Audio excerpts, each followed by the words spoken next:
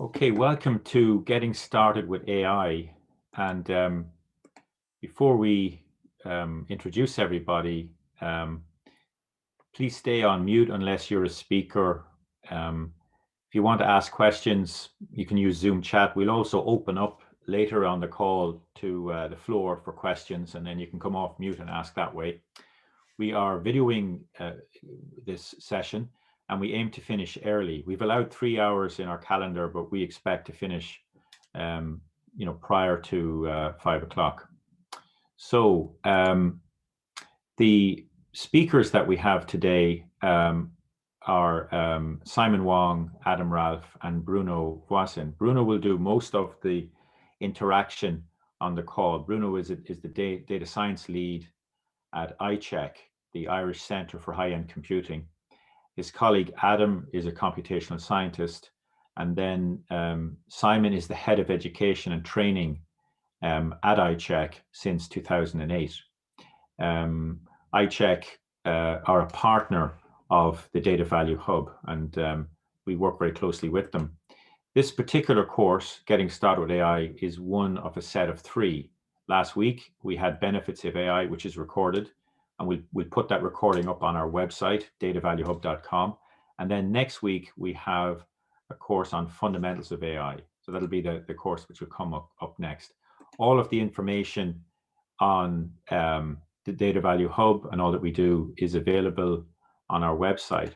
So what I'm going to do now is I'm going to hand over to Simon, and I'm going to stop sharing my screen, and this will allow Bruno to begin sharing. But first, I'll hand over to Simon, who wants to introduce himself. Simon.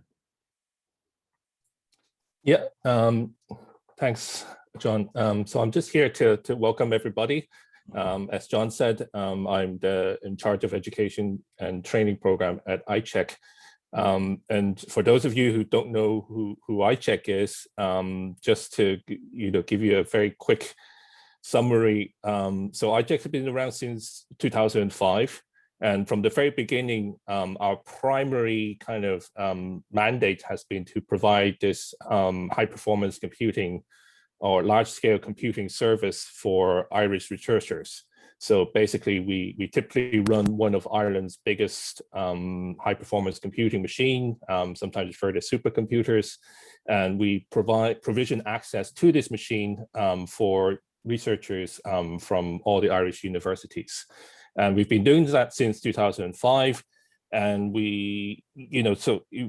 apart from providing access, we also provide training and support so that researchers can make the best use out of our machines.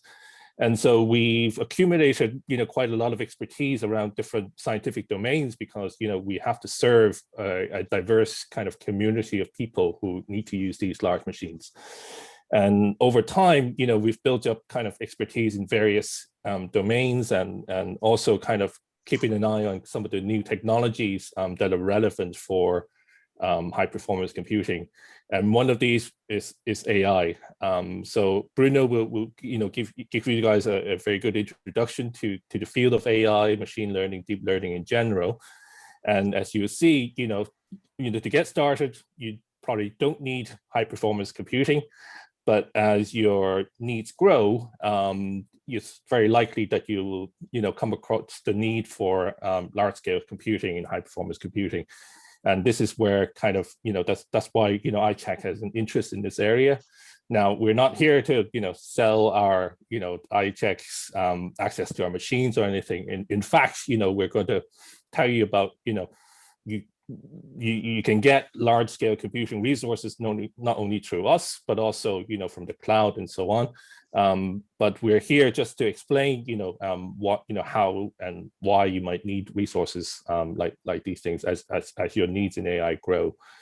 So that's just a very quick 2-minute intro to who ICHEC is and kind of why we're here today. So my background is in genetics. And I changed to high performance computing back in 2008. And I've, my first role at ICHEC was to support the bioinformatics or the genetics research community in Ireland.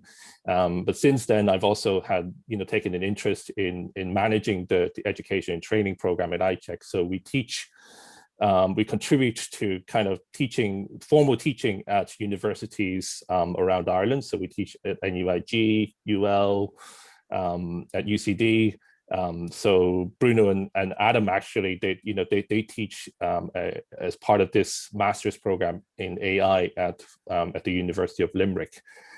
So apart from these kind of formal teaching at universities, we also sometimes run short courses like these that we're running today around the field of high performance computing.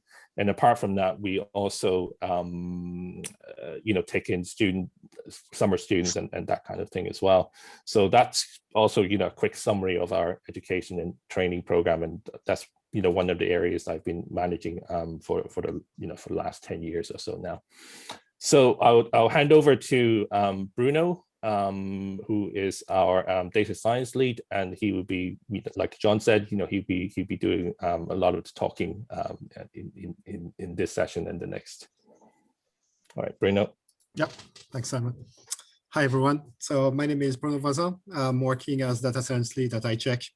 So my little story is that I studied computer science in university, and I pushed to a PhD, and I was fascinated by the growth of this brand new fashionable thing that was called data mining at the time. And I managed to get the funding to do it, not as a pure research exercise in computer science, but to actually find ways to actually apply it in the context of astronomy. So I did my computer science PhD with astronomers in an astronomy laboratory, trying to use all those new magical technologies to cross-correlate astronomical catalogs in different wavebands.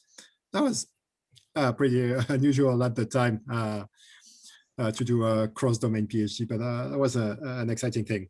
And the nice thing about that is that it led me afterwards to find a postdoc, which I found in NUI Galway, with another computational astronomy laboratory, which was doing astronomy, but had some interest in supercomputing and in machine learning, all those computational techniques to actually try to see what benefits computational power could have on large-scale astronomical studies. That kept me busy for a little while. But then with the economic issues that the world knew around the big financial crisis and the economic depression, there was no more money for pure sciences. It became a bit more difficult, but this is when ICHEC was kickstarted, and I found myself shifting job to be employed by ICHEC to actually apply this what was called at the time, then it was starting to be called data science, to apply statistics, machine learning, data mining, data management, etc., to the various partners and companies that ICHEC was working with. So originally it was only academic partners. I was helping people in humanities, geography, still astronomy, but biology also, to work with their data, process it automatically, etc. And then ICHEC got involved with the industry scene, and we started working with startups, particularly through EI projects, but not only. And one thing leading to another, we ended up having lots of little works like that, which allowed us to get more and more into applied AI and grow some expertise and start tackling bigger problems. So this is where I'm at now. And today will give me an opportunity to use some of that experience to hopefully take you through a quick tour of the basic stuff you need to actually get started, get into AI, start a pilot project, start learning in terms of requirements, process, etc. So we'll see how that goes. But before that, I'll give a few minutes to Adam to introduce himself. And that's the last ICHEC person of the team today. All right, thanks, Bruno. My history is that I did physics at university and then went into a field called crystallography, which is kind of structural chemistry. And, you know, at that time, it was one of the first kind of subjects that actually used the supercomputers of the day. So these supercomputers would have filled my room here and be less powerful than your mobile phone is today.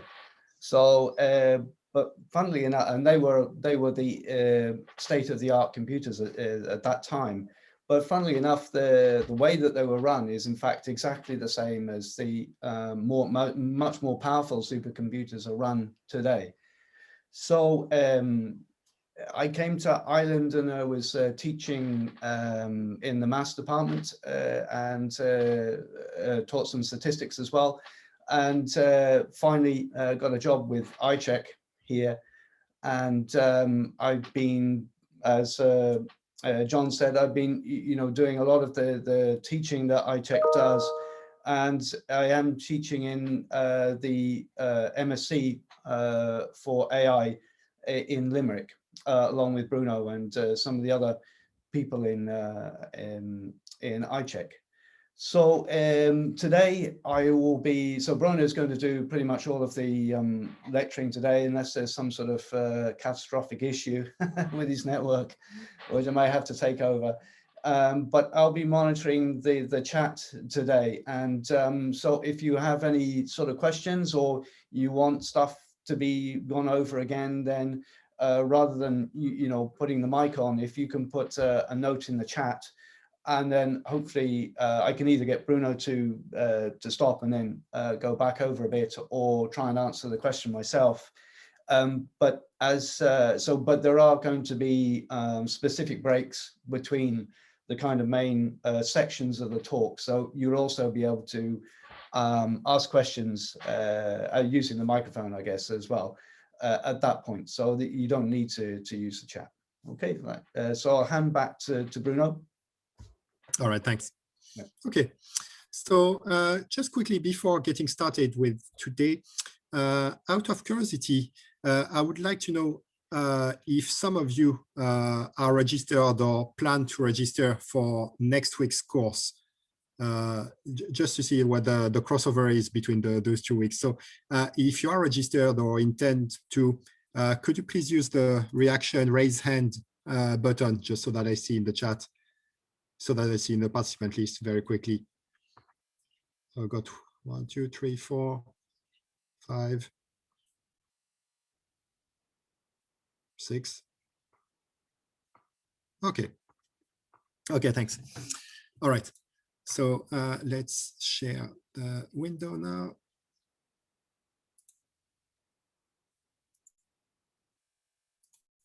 And let's expand it. Yeah, well, now you should see the title slide. Please let me know if that's not the case, since I'm using my home broadband with the it's not always necessarily super reliable. So, okay. So welcome to this course today. So I will be delivering 2 courses, one today, one next week. They're separate, they are not tied together, but they are sort of complementary, just not necessarily for the same people. Today, I'm going to talk about how to get started. That is, we're going to have a more high-level discussion of AI technologies, what they can do, how we get to use them, how to set up, how to learn about them and develop some internal expertise, how to get started, evaluate the potential through mostly a pilot project in-house, and discuss the technologies, the requirements, the expertise that you will want to gather, everything you will need to make it work.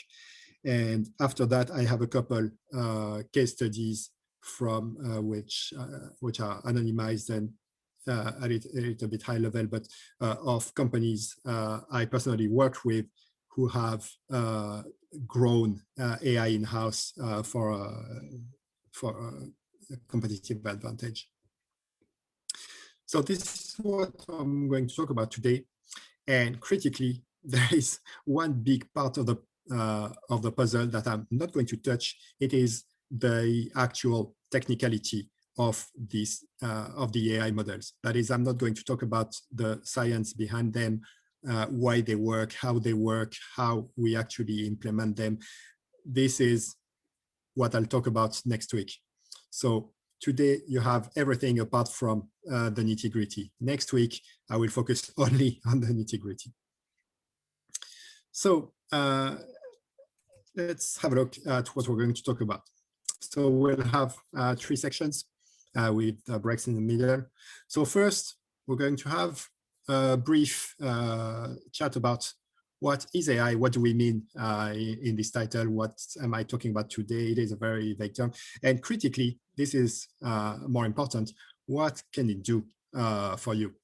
And this is the first question you'll have to ask yourself, and you don't necessarily have the answer. So I will try to give examples and bring ideas for people to think around.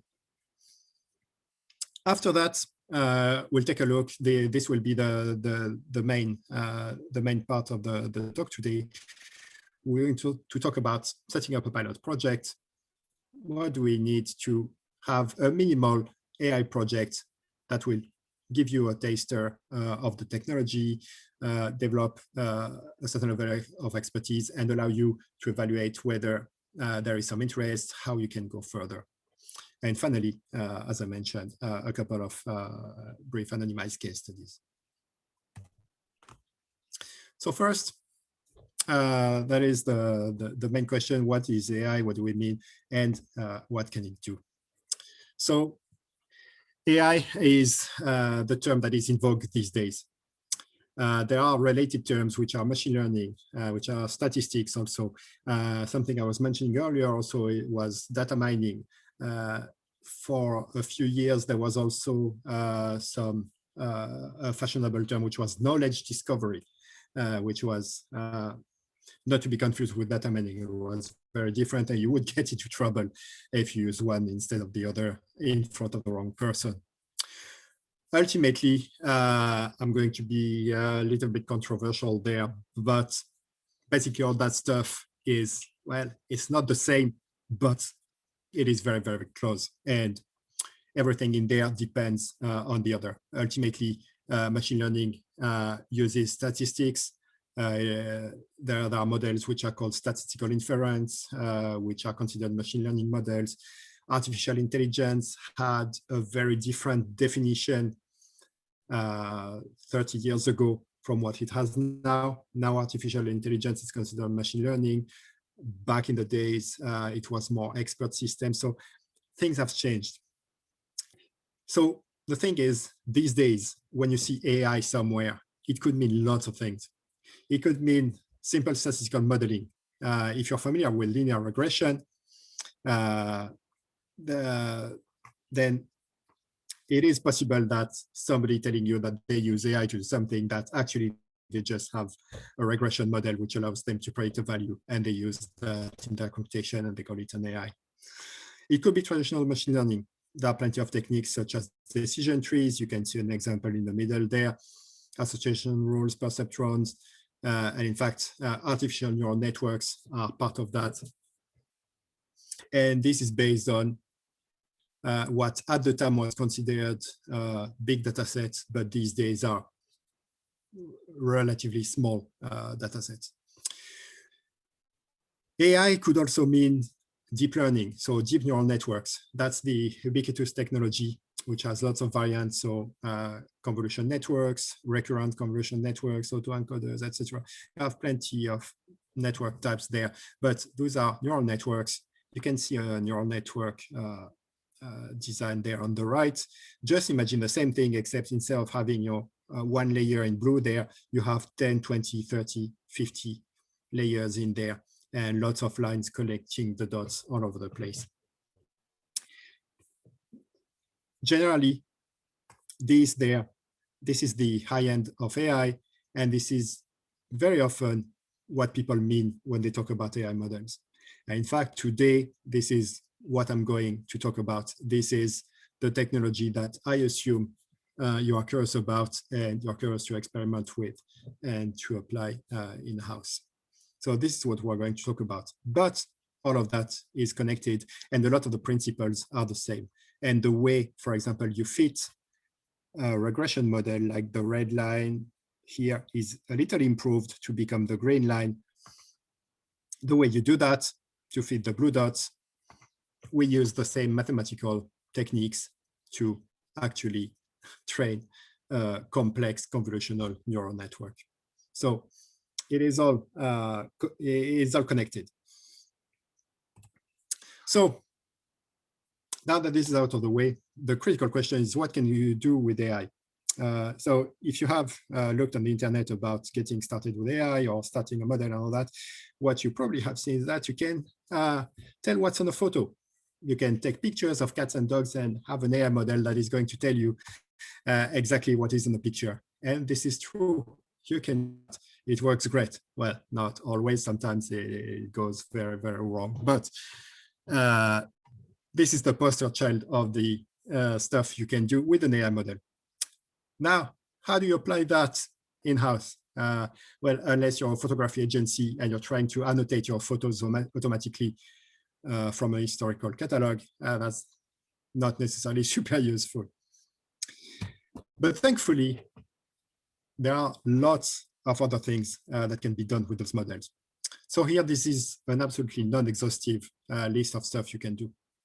So for example, instead of classifying images, saying what's on the picture, you can do object detection. You can actually take an image and not just say, this is what you have on the image, but say, here, there is something of interest and this is what it is. So you can detect that there is a person in a certain area of the photo and that there's another person in another area, etc. This can be used in lots of fields. So you can use it in the biomedical field to detect cells and count them automatically.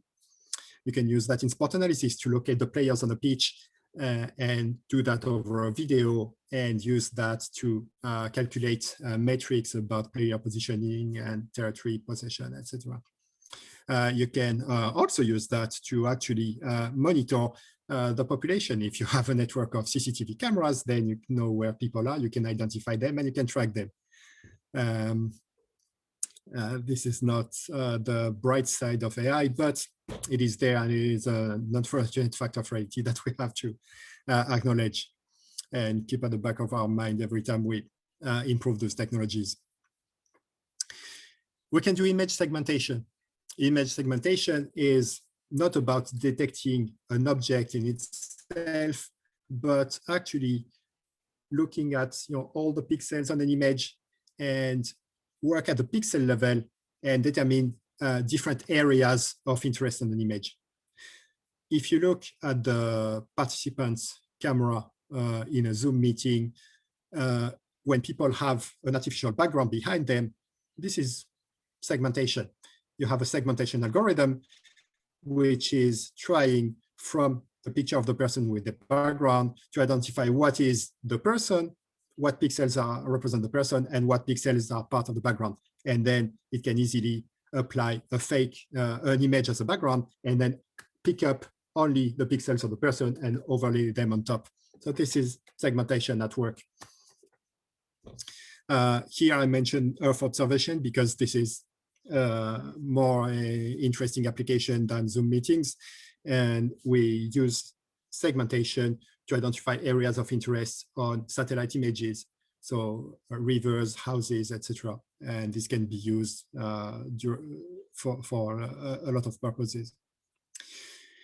We can do recommendation systems. AI can be trained to predict what people are going to do or want to do or want to say or want to type.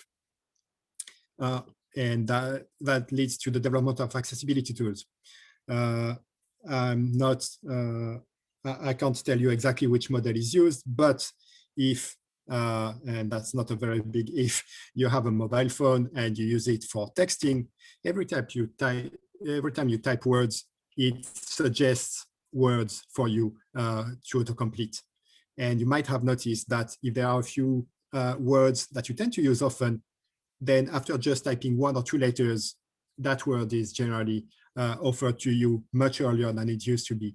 This is an AI model at work that is improving its recommendation based on past observations. Of course, recommendation systems can also be used on the dark side to actually try and predict what you're likely to purchase on the store, and therefore to tailor the shopping experience to try and get you to shop more often or for more expensive. We can do fraud detection.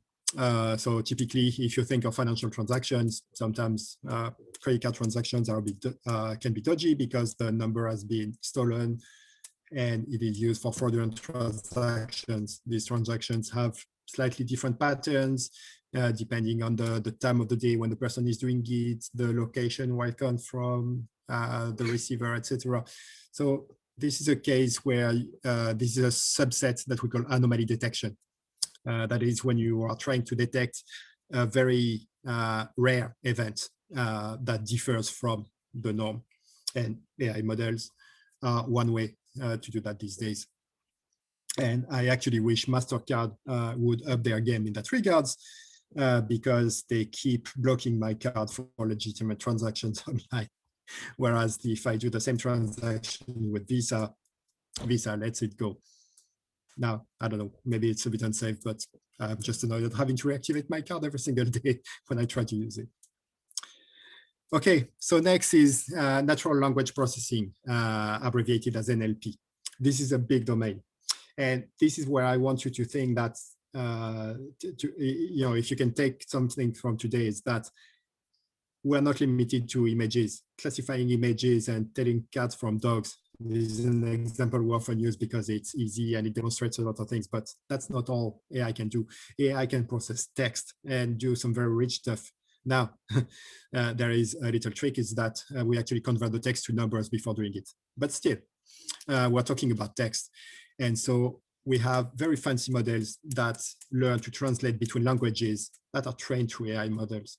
We don't have to teach the program how to translate. We can just feed the program, feed the model with lots of documents in 2 languages with the matching sentence from one to the other, and it will learn the vocabulary and the grammar all at the same time.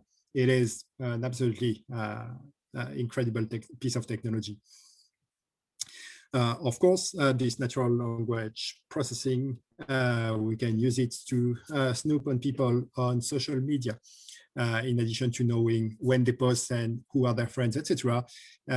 Once we start being able to interpret the language and the sentiment that is carried in there, then we can actually pick up the content of what people are discussing and try to add some information. It is vastly more complex, but as Adam was mentioning, computational resources get cheaper, they get smaller, they get more commoditized. So this is becoming more and more doable by the day. So if you think that, you know, at the moment, Facebook, for example, would have nothing to gain in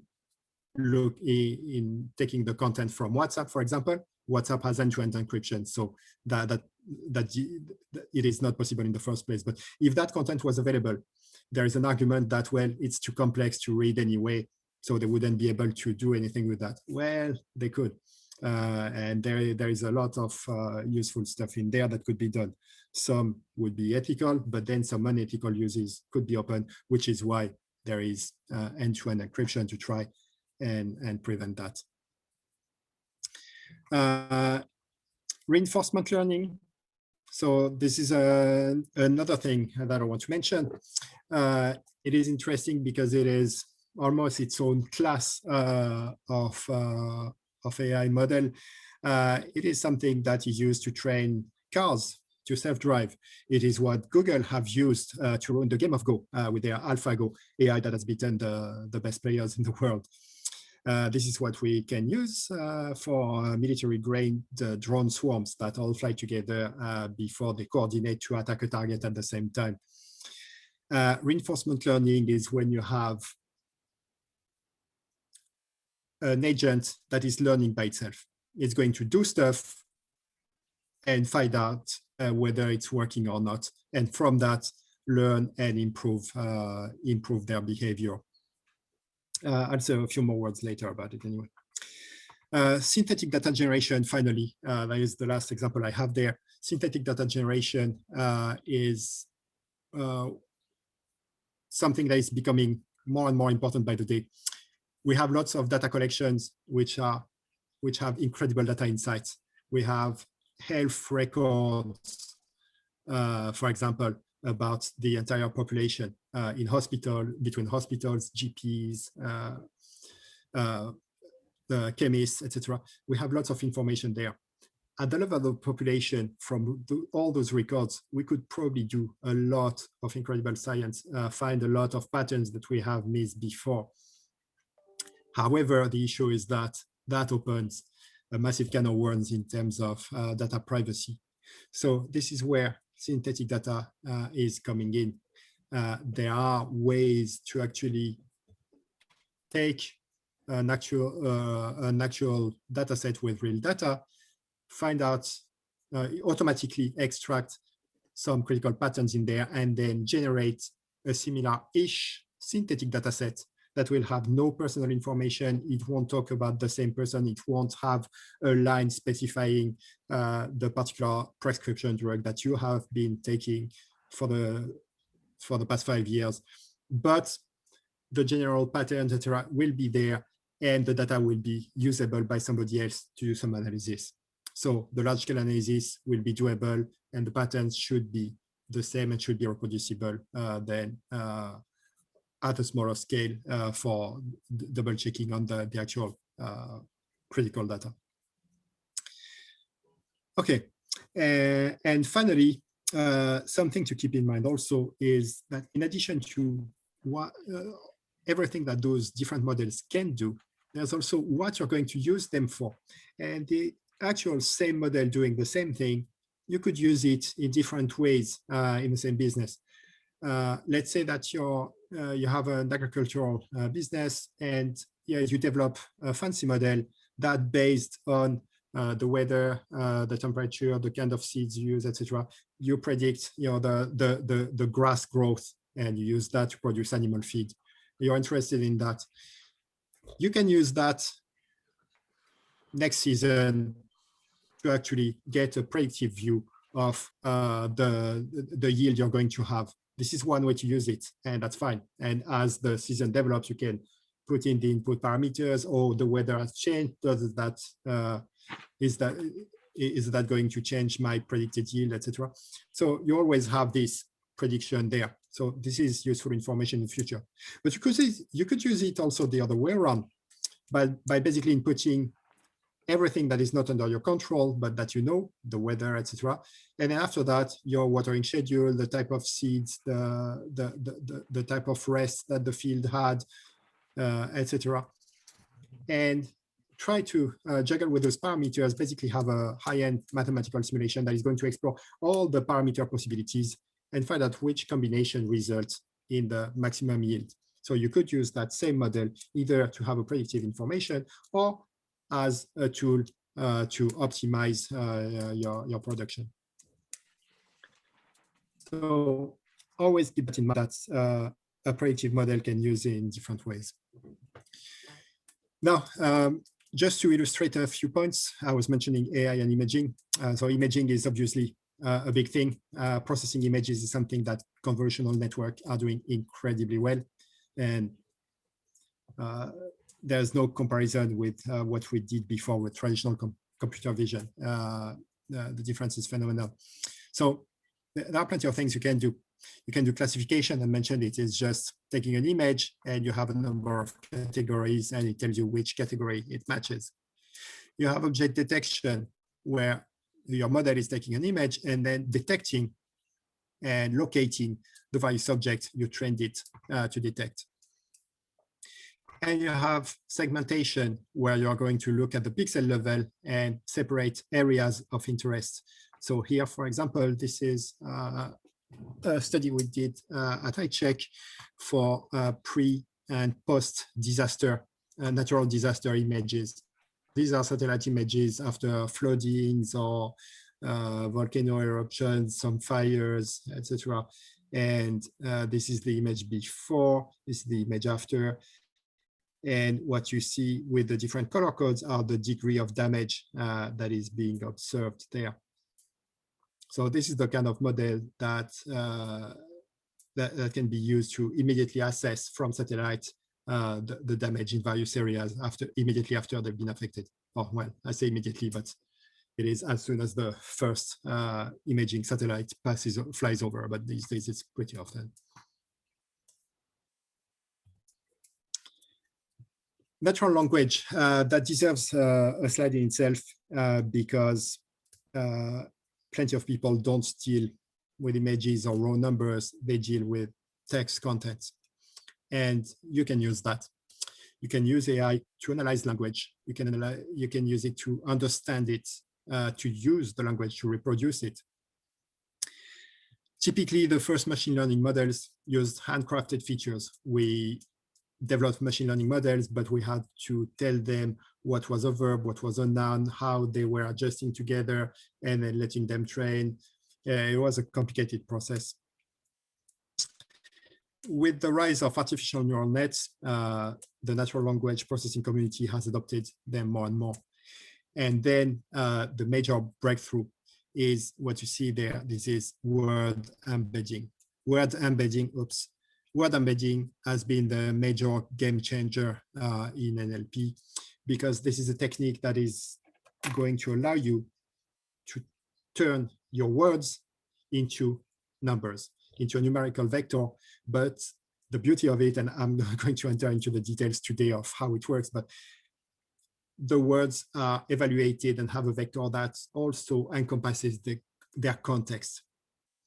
And that allows you then to combine words together into sentences by combining the numerical vectors. You can compare them by comparing those values. It is an incredible tool. And it is, you have open source implementations of it these days. So there's not much work. It is just, one more operation in your process to transform your text document into a number of embeddings like that. And then after that, there is a class of neural networks, which are called recurrent networks, which are a natural fit for that. Recurrent networks don't do predictions based just on a single input, that is on a single image, a single data point, etc.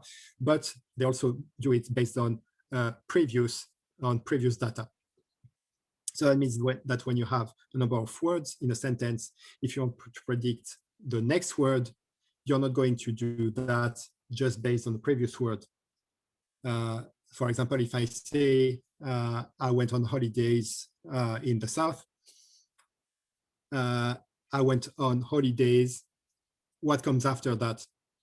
My model is going to not just take the word holidays that precedes it, but all the rest of the information. And this is what recurrent networks are providing you. So they can use for numbers, but in the context of words, they are an incredibly good fit, and they bring amazing results. And they are used in particular for those translation models. And so what can you do with that?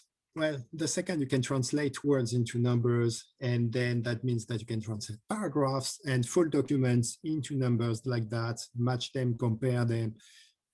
You open up a massive amount of use cases. So you can do sentiment analysis. You can try to find out what a sentence is expressing, whether it is happiness, approval, disapproval, etc.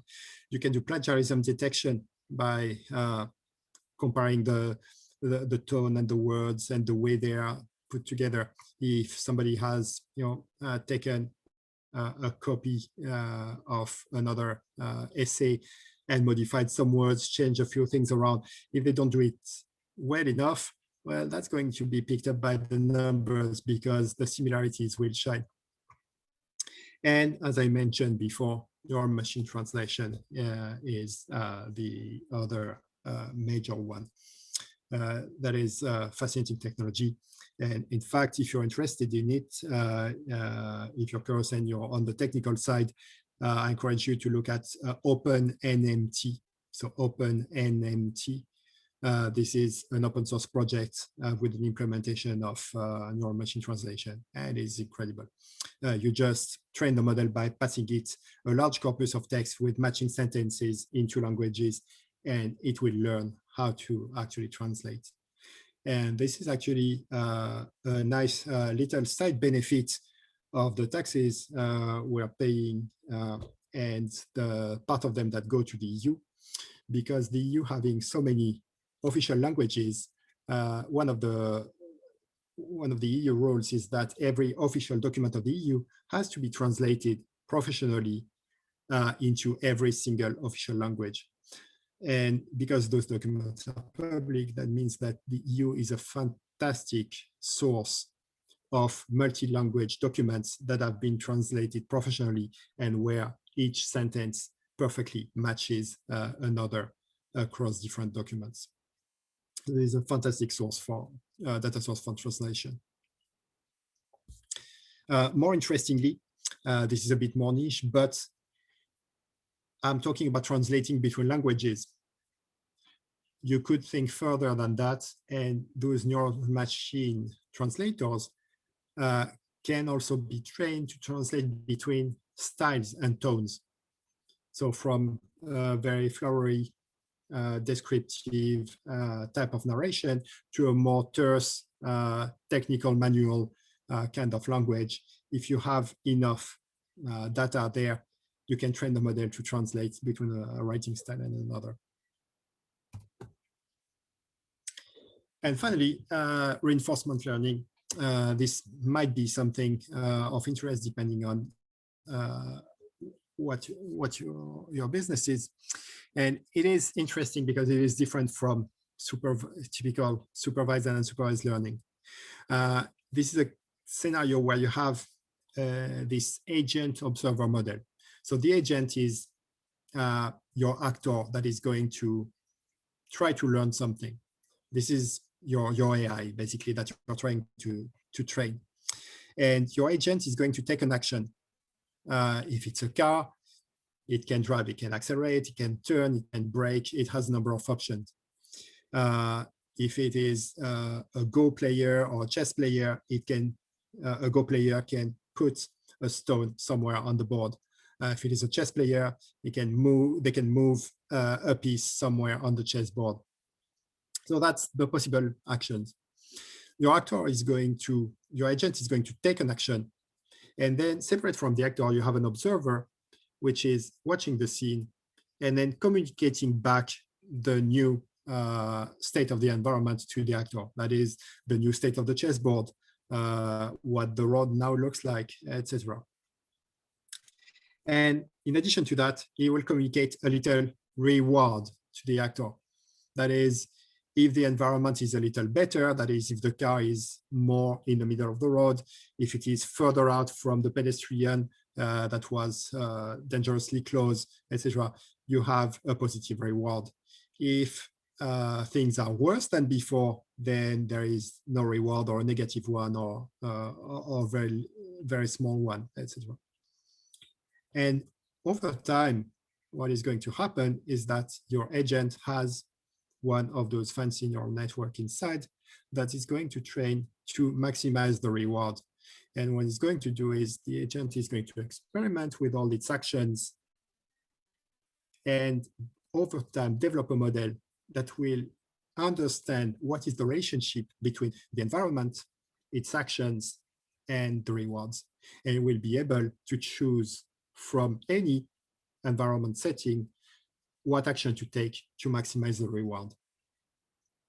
And this is typically how Google trained AlphaGo, by having AlphaGo play Go, and at the beginning, it doesn't know how. It just puts a stone somewhere. And based on how much better that movement is, how better the board looks compared to before that was placed, it gets a reward. And over time, by playing millions, billions of games, and in fact, he was even playing against himself, it's a bit more complicated, but That's the idea behind it, is that it learns how to play the game and how to play it well. It is not trained from a professional or anything. It is just played by randomly experimenting and being told, well, that looks fine, and no, that looks bad, that looks worse, etc. And over time, it develops itself. Same thing for cars, etc. So this is interesting in the sense that this is a case where those models work and can be trained without a natural answer. That is, you're not trying to predict something that you already know in your historical data. You're not trying to predict a value or a class or anything. You just want something to train, explore the realm of possibilities, and find out what is the best attitude to have. So at this point, I've gone around all this introductory thing about AI, and what I'd like you to take from that is that it goes well beyond simple numerical prediction. I really want to get that into you, because simple numerical prediction or image classification is what I'm going to afterwards recommend you start with, if possible, because it's easy. And it's easy to make a case for it, it's easy to experiment with, but it should absolutely not be the limiting factor. It should not be the limit of your ambitions. With those models, you can go a lot further. So it is important to keep in mind all of those possibilities, all those techniques, all that stuff that can be done in order to think about how what an AI model could do in your business processes. And I can't answer that for you. All I can do is try to give you ideas by showing what is being done around in the domain. Okay, so that concludes this first introductory section, and I'm going to dive afterwards into getting started and learning about all that through deploying a pilot project in-house. So we'll be taking a 5 minutes break because the next section might be a little longer. But before that, I'm happy to take any questions, ideas, comments that you may have on AI use cases. If there is something you have in mind, you wonder if it's possible, if you want to ask about it, go ahead. If there's a particular model, technique, anything that you have that you're wondering about it at this point, please feel free to ask.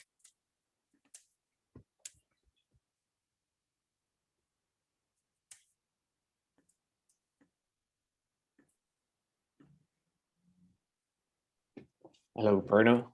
It's Yeah. Ronan from ICHEC, but I'm very interested in the word embedding. And I was interested in, for like our accounts department, we would receive emails from customers asking for, could you please give me a copy invoice that they haven't received before, or could you please give me a copy statement? And is that something that we could interpret all those accounts emails, figure out from word embedding and factorizing the words and realizing, right, this is what the request is from a customer, and then automatically responding? So so yes and no. Word embedding would be a part of the answer, but it's not going to be everything. Okay. What word embedding are going to do is they're going to analyze if you have a bus of previous questions and what they mean, what type of request they correspond to. What word embedding is going to do is it's going to learn how the various keywords, the words from the dictionary, you're not going to look at every word, but the important ones, word embedding is going to translate them into numerical vectors that will be different depending on the type of question. So the words will be translated into numbers, and after that you can use those numbers to train a model to find out how a specific sequence of words matches a type of request. So you will have a separate network that is doing that. Word embedding is going to be your first step in using your historical data to analyze how those words are used together, because the type of language that is being used for those requests is not the same sentence construction that we will find, for example, in a novel by James Joyce. The same words are used, they are not used in the same order or with the same frequency. And this is what word embedding is going to capture for you. So this is going to be your first step. And so if you're interested in that, the classic algorithm that is used and that you will find all over the place is called word to vec. So word to the number 2 and vec, VEC. Okay. You will find implementations of it all over the place. So this is something you can get started with very easily. And so I don't have a visualization of it today, but typically the visualization that we use to show people what word embedding does is that if you take the vectors, so in 2 dimensions in 2D, you generate a word embedding in 2 dimensions. So every word is 2 numbers. And you have enough data, and then you plot those words. So if you have, let's say, Ireland, which is a vector like this, and you will have Dublin, for example, that might be like that. This is, so let's say they have your a 90 degrees angle, for example. The interesting thing is that if you plot France, you might have another vector like this, and a vector somewhere there. And if you plot Paris, you will have a vector that will likely have also sort of a 90-degree angle, because the word embedding will spot the notion of capital, the notion of a city that is linked to a country. The angle between your words is what is going to be captured. I can just jump in there as well. Now, there's something called a recursive neural network, which is also called an RNN, which is not the same as a recurrent neural network.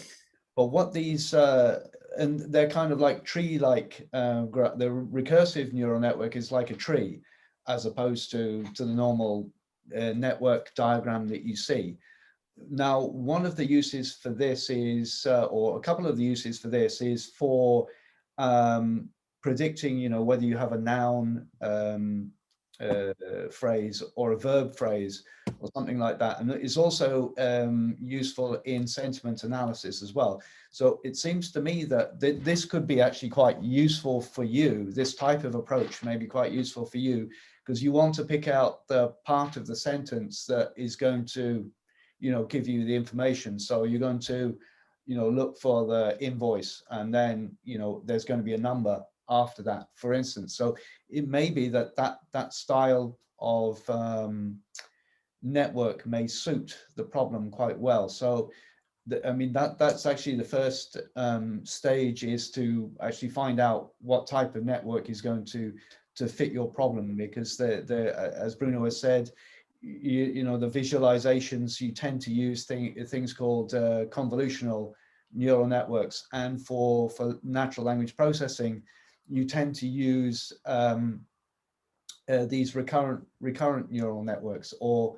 in this case, a recursive neural network. So that's the kind of first thing. But what Bruno says about the word embedding, though, that is actually the first step, because the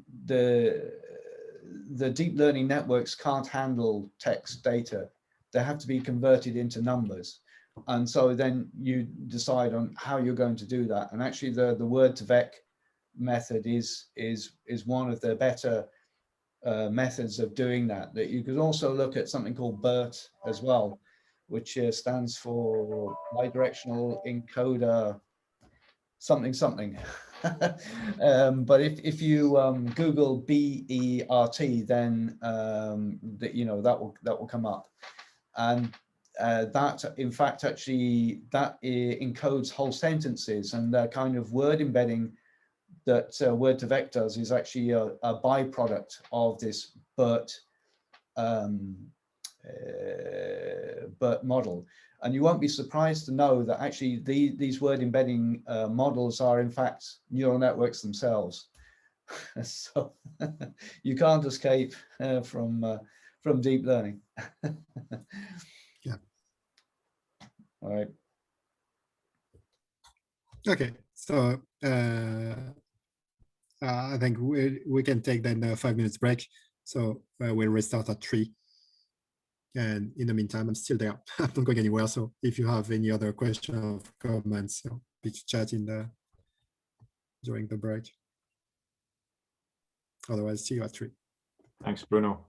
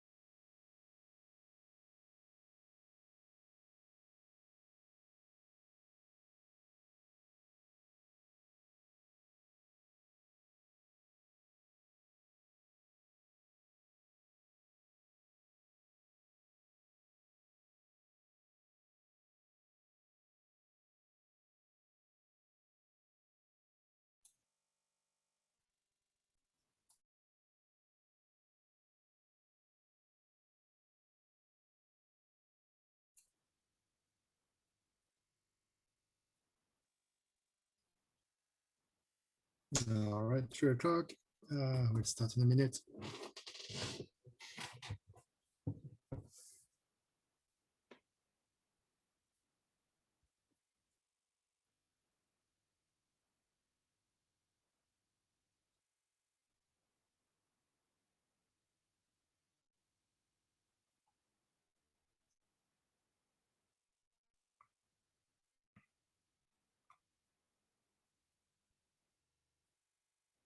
Okay, so let's keep going. So after having a look then at what we meant by AI and the lovely things we can do with it, the main question is, okay, how do we get started? And today, my focus will be on how to actually learn by doing. So how do you set up a pilot project? What do you need to get started? How many people? What sort of hardware, software are they going to need? And how do you actually do something with it? So this is going to be a high-level overview that is not going to look at the actual AI training part. But first things first, learning and training resources. I'm going to argue, I'm convinced that developing expertise through doing things is one of the best ways to learn. However, you are going to need some basics. You are going to need to pick up some information, and there's no avoiding that. Now, the beautiful things these days is that knowledge is all over the place. So you have plenty of options. You have lots of options with formal training. So you have academic courses. There are more and more degrees of various levels in data science, analytics, machine learning, AI, etc., all over the place. It has become grown very fashionable. And even a few years ago, data science degrees had mushroomed. So there will be a steady stream of graduates there, and some part-time courses that you can even avail of on the side for yourself. There are industry courses. So there are courses which are dedicated for industry clients and just taking people at a faster rate, getting them into the technology. But in addition to all those formal training avenues, you have the informal training. Lots of free courses are available online. If you take, including academic ones, if you look at Coursera, and that's not the only website, but lots of universities around the world are providing some free courses. Now, if you follow those resources, you miss out on the interaction with the lecturer, on the interactivity, on the peer learning with the other students, and critically, you don't get a degree at the end to certify that, yes, you have the requirement, you have passed the module and you're qualified. However, if you're just interested in learning the technology itself, all those courses are available there, and they are a fantastic resource. Then there is the documentation of the frameworks. If you use the popular, well-documented frameworks such as TensorFlow, PyTorch, they come with a lot of documentation, and this is going to be your first avenue for answers. If you're wondering what type of loss function is available, which one you should use, well, the documentation has a great chance of helping you out with that. I mean, as a rule, documentation is good, and you should actually read it. They also come with examples, tutorials, so they will give you ways to get started with minimal code and get things moving. After that, can you go past the tutorial? It will depend on your level of expertise, whether you have a colleague to explain to you. So this is where some help from somebody that has been through it can give you a little edge and a little boost in going forward. And finally, blogs and forums such as Stack Overflow are full of questions, answers for everything you have in mind. So it's a little bit difficult, particularly when you get started, to evaluate the quality of an example code that you find online, a random page. You're not too sure where it comes from and whether it's worth or not, but there is really plenty of quality content. I've found wonderful explanations about various types of networks, etc., on websites such as Medium, for example. Medium has an incredible amount of good quality data science pages. So this said, assuming that you have enough or you have a data science person. So what do you need? You're going to need three things. You're going to need a team with all of the expertise you have. You're going to need a problem. We talked about that before. You need to have something that you want to solve. And you're going to need some software and some hardware to deploy it. And what is it going to look like? So this there is a high-level overview of what you're going to go through for your AI project. And generally, even for non-pilots, this is what your project is going to look like. One of the first things you will need to do is a data collection. In fact, you're possibly going to actually start there because you'll have to take inventory of what data you have in-house that an AI model could use. This data, you're going to annotate it. You're going to have to make it usable by an AI model. You're going to have to select an AI model. There are plenty of models doing different things. I talked about NLP models, recurrent networks, convolutional networks, etc. There's plenty of them. So what are you going to use? What kind of technology? That's going to inform the kind of data annotation you need to do. That's going to determine how you train the model, and that's going to determine also which software you need. But before you can deploy the software, of course, you will need some hardware. And I'm going to talk about it. There is some dedicated hardware that makes AI much easier to work with. Once you have all that, you can train your model, but your job is not done.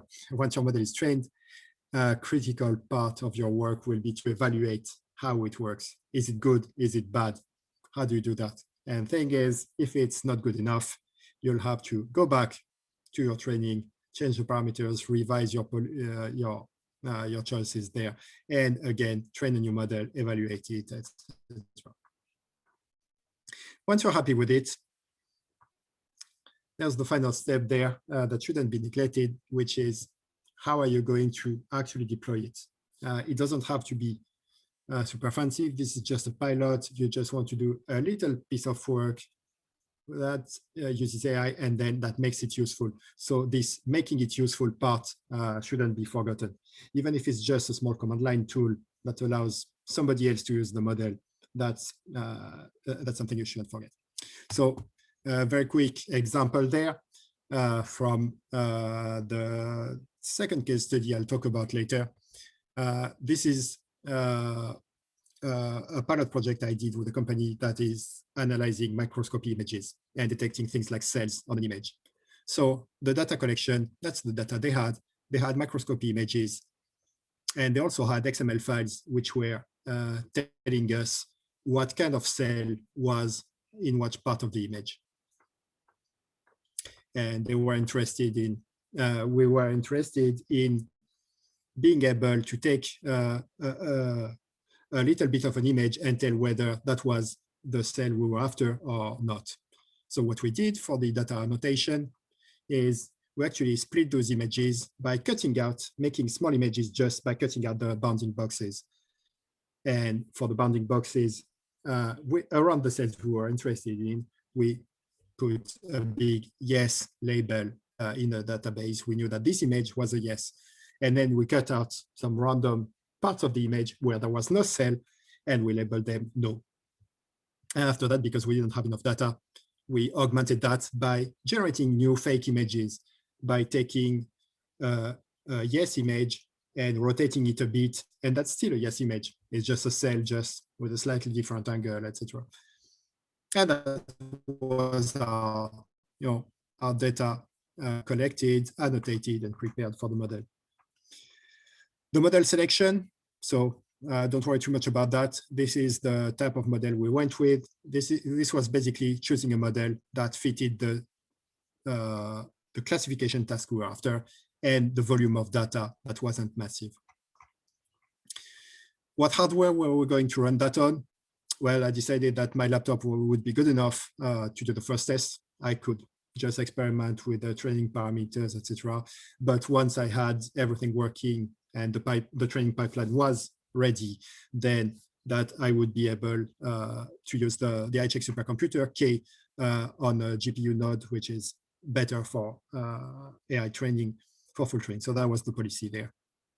The software I needed, that's the software I was going to need, both to implement that and then to do the training. So I had to set that up on the two machines, make sure that it was all there. And then I had everything. So I designed my small network with using the PyTorch framework, and I trained it. And after a few different attempts, we were around 80% accurate in predicting something was the cell we were after or random garbage. 80% in terms of machine learning is pretty bad. You know, it's not abysmal, but we can do a lot better. But keeping in mind that this was for a tiny data set and for the most difficult cells that they had in the data, it was encouraging enough to lead further. And finally, the last part of the puzzle was, okay, how is that going to be used? Because I could tell from image cutouts, but when the image comes from microscope, it doesn't come in parts. We have a giant image with everything in there. So I wrote a small script that is applying a sliding window, looking at the image as if I was doing, hundreds of cutouts on the image, and for each cutout, I try to predict whether it is an interesting cell. And after that, I merge all the detected cells together, because when there is one cell, multiple cutouts around it are going to detect it. And I return the number of cells detected and their location. That was the command line, basically, deployment. So that was then a little tool that they could use directly from their images. So they could get an image, use the script, and then they would have the location of everything. In fact, my script was also making a copy of the image with colored boxes around, just to make things visual. So this is what you're looking at, basically. Those steps are the generic steps you're looking at. Now, who's going to work on that? You're going to need roughly 3 profiles. It doesn't mean 3 people necessarily, but 3 areas of expertise. You need a domain expert. You can't avoid that. You need somebody who knows the problem and the data. So in the example I was talking about, I need to work with the people from the company who knew about the images. I needed to work with the biologists because they know what I'm looking at. They can tell me whether it makes sense that a cell is rotated at a different angle or not. They are the ones that are able to look at my result also, because I evaluate them numerically, but it's not the same thing as having a human eye inspect it. So they're the ones ultimately that are going to help manage the top there, and that are going to inform also the evaluation. Then you need a data scientist. So you need somebody that is going to be the person that is familiar with the AI technology, or who's going to learn it, and who's going to write the code, design the model, train the model. That's basically the person that is going to do everything you see in the middle, and that is going to contribute to this bit and to that bit, and inform also those two. So that's the main person in your team. This is really the person at the center that is going to be doing most of the work. And finally, you need a DevOps profile. You need somebody that is familiar enough with hardware and software to be able to deploy software frameworks, libraries, deal with various hardware, eventually deal with cloud providers, etc. You're going to have to go around that. There's no avoiding it. Again, this is not necessarily multiple people. So in unfortunately too many cases, I work as the second person myself, but I also have to do the third role, which is not my specialty, but you know, you live and learn. And so ultimately I developed some degree of skills there to be able to do that work there after a fashion.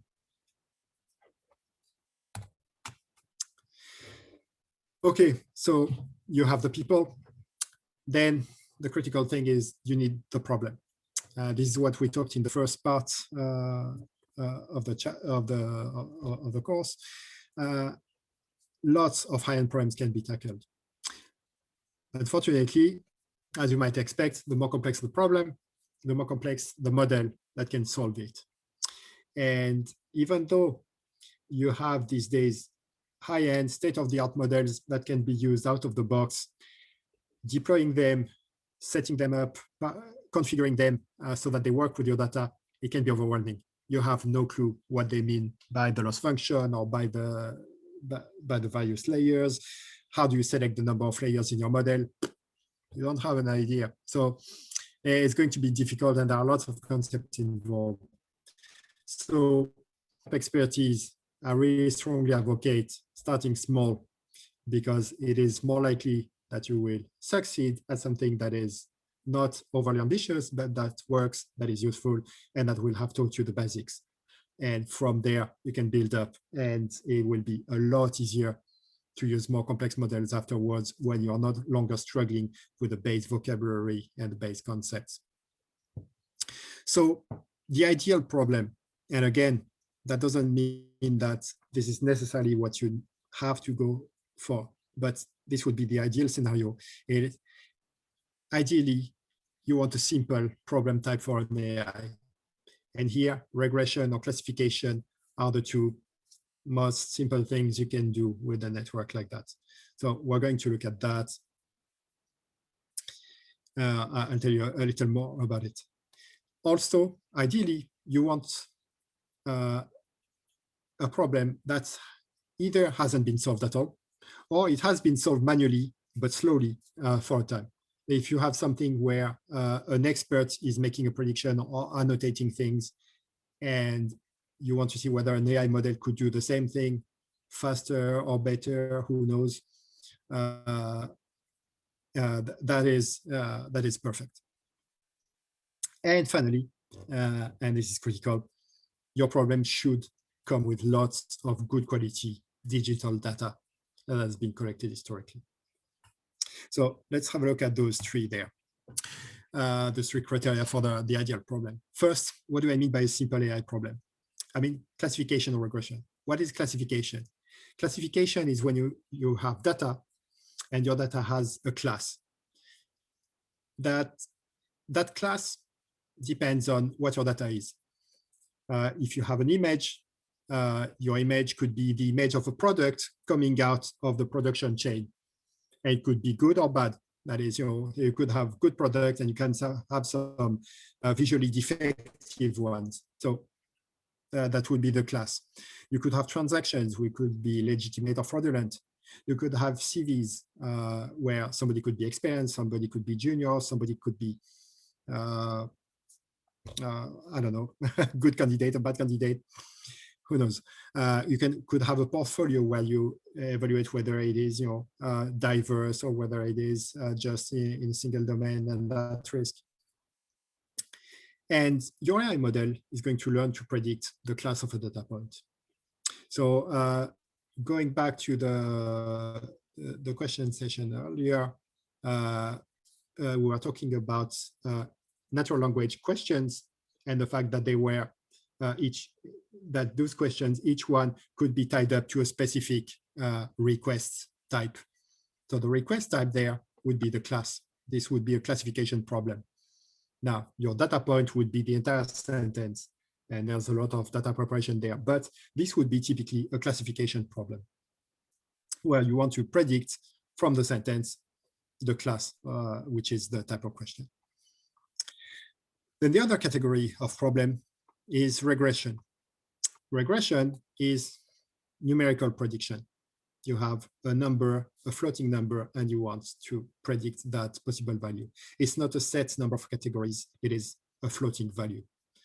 So you have your data points, whether this is a financial portfolio, a climate time series, whether it is details, information about the house, and you have an associated numerical value.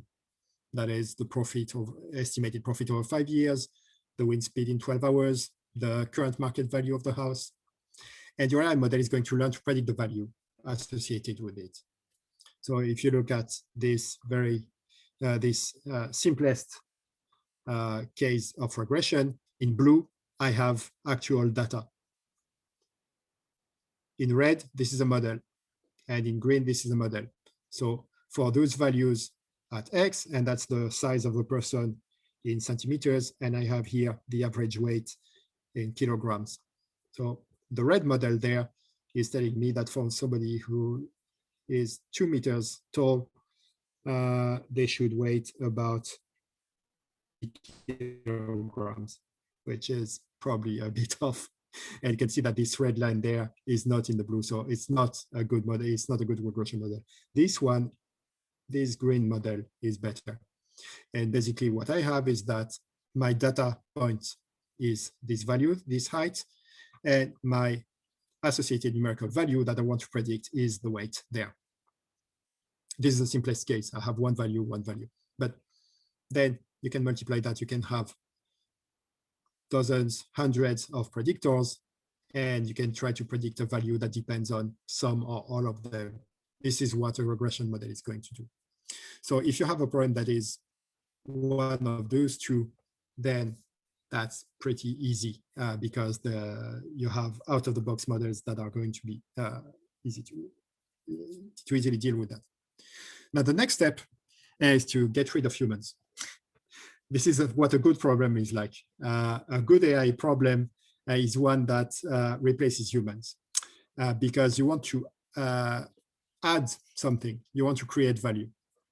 And the cynical way to do that is by making things faster or more efficient than us. So either your problem should be providing a prediction when there wasn't one. That is, if you have the portfolio examples and you want to predict the estimated returns in 5 years, is there a definite accepted method of doing that, or isn't there one? If there isn't one, well, that's having a model that can generate that estimate would be interesting. The alternative is that you could think of your model as predicting better or faster than a human expert. And typically in my biomedical use case, this is what we were targeting. We wanted to see whether we could have an AI model that would locate and identify those cells on the image quicker and faster than a human. Because when the machine is generating thousands of microscopy images, having a human expert go through 1,000 images and annotate every single cell, this is exhausting work and it's long, it's difficult, and it's costly. Now, if you do the latter, it's going to be easier to assess by a domain expert. If you predict something that didn't exist, well, nobody can tell you that's right or that's not. If you're trying to replicate what a human is doing, then you could use the human to actually look at your result and tell you whether they're right or wrong. Of course, if you tell them that the machine is going to replace them, they might be hostile to the idea. So try to keep it quiet. And finally, the data. So data is a massive concern. In fact, it's probably what is going to give you the most nightmares. If you get into AI or any kind of machine learning, you will soon realize that even though it looks a bit daunting at first, the AI technology, the code, the models, this is the fun part. It's not that complicated, and it's actually a small part of your work. A lot of the work is going to be boring and grueling, and it's going to be managing the data. You need a lot of it. AI models are big, complex beasts, and they're going to require large amounts of data to be trained to work. So you're going to need thousands of samples. I say thousands, but possibly tens of thousands. It really depends on the kind of model you use, but you're not going to get away with 100 data points. That's not going to be enough. You will be able, in that case, to apply some simpler models, but the big high-end ones will require a lot of data. So that's going to be a limiting factor in what you can choose to do to get started. Then your data should be in digital format, because you're dealing with very large volumes. Digitizing data is not something you want to have to do for your pilot, because it's going to be complex, it's going to take time, there will be mistakes that will need to be fixed. So you're going to introduce an awful lot of additional tasks, additional efforts that is just going to delay the pilot, that is going to expand the costs. So you want to avoid that if possible. So if you have a solution where all the data is available already digitally and you don't have to scan handwritten forms, this is better. Obviously, the non-digital data can be digitized later for a more expensive model. It's just not where you want to start immediately. It should be of reasonably high quality. So here, this is because it is a fact of machine learning that you're going to spend too much of your time cleaning up data, fixing issues with it, no matter what you do, even if it has been vetted, verified by many people. Lots of things to do, even just changing the format. But there will be typos, there will be problems, there will be inconsistencies. Sometimes data in a column will be missing, there will be no value. That wouldn't be too bad. But sometimes there will be zeros where there should be a missing value. Sometimes you will have a -1, which doesn't make any sense, or a 99. Sometimes you will have typos with letter codes when you expect a digit. It's going to be complicated. So the higher quality the data is originally, the less time you will spend fixing the predictable issues. For example, just saying in terms of the impact that can have, because ultimately small errors, small nonsensical values might not be the end of the world. If you're talking about tens of thousands of samples, a few values that are nonsensical will be drowned into the rest of the signal. However, it can have an issue. Let's say that you are doing a typical process, you are normalizing your data. That is, you take the numerical values between the minimum value and the maximum value, and you transform all that into values between 0 and 1. This is because, I'm not getting into the case, but that generally helps models train faster. So this is something that you will do very often. If your values at the start are between 0 and 10, that's the values that make sense. And you're going to normalize by taking the minimum value, the maximum value, and normalize that between 0 and 1. That's all well and good until, for some mad reason, somebody has entered a 99 in an entry. And here, if you're not careful, you're going to normalize your data between 0 and 99. And all your values will be absolutely tiny, and that might have an impact over the rest. And finally, because what I'm talking about at the moment is supervised learning, we are trying to predict a value. Your data should contain the answer that you are trying to predict. So unless you are doing unsupervised learning, so you're doing unsupervised clustering, or you are doing reinforcement learning that I was talking about before, if you're doing the typical classification or regression, you need the answers. There's no going around that.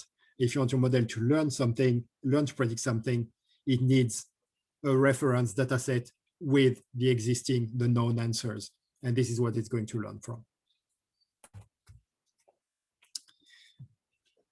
Now, a possibility is that you won't have enough data. So a solution that is open to you is to augment it. So you can artificially augment data, that is, generate more data from the one you have. And depending on what kind of data you're looking at, there are different ways to do it. So typically for images, you can randomly crop parts of the image, you can flip your images, you can share them, you can rotate them. There are plenty of ways to generate lots of similar-ish images, which are not exactly the same. And that will mean that you have extra data points that your model will have to learn to pick up the essential patterns and not the very specifics of your single image. So you can easily multiply the size of your image data set, by 10 or 12, or just with those augmentations. If you're talking about numerical data,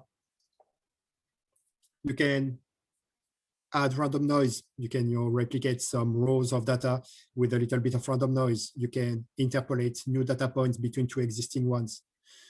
For categorical data, you can generate new data points for multiple ones. If you have lists of medications or lists of purchases from a supermarket, for example, you can mix up two shopping baskets from two different customers as another one, if they're close-ish. So each use case will have its own relevant technique. So there is not one-stop shop to do that. But keep that in mind that if you don't have enough data, that is, but you still have enough, you have more than 12 data points, there are ways to actually augment it and do more. And one of the reasons why you want a lot of data is that you will want to avoid using all of it for your model. This is something I will talk about more extensively next week.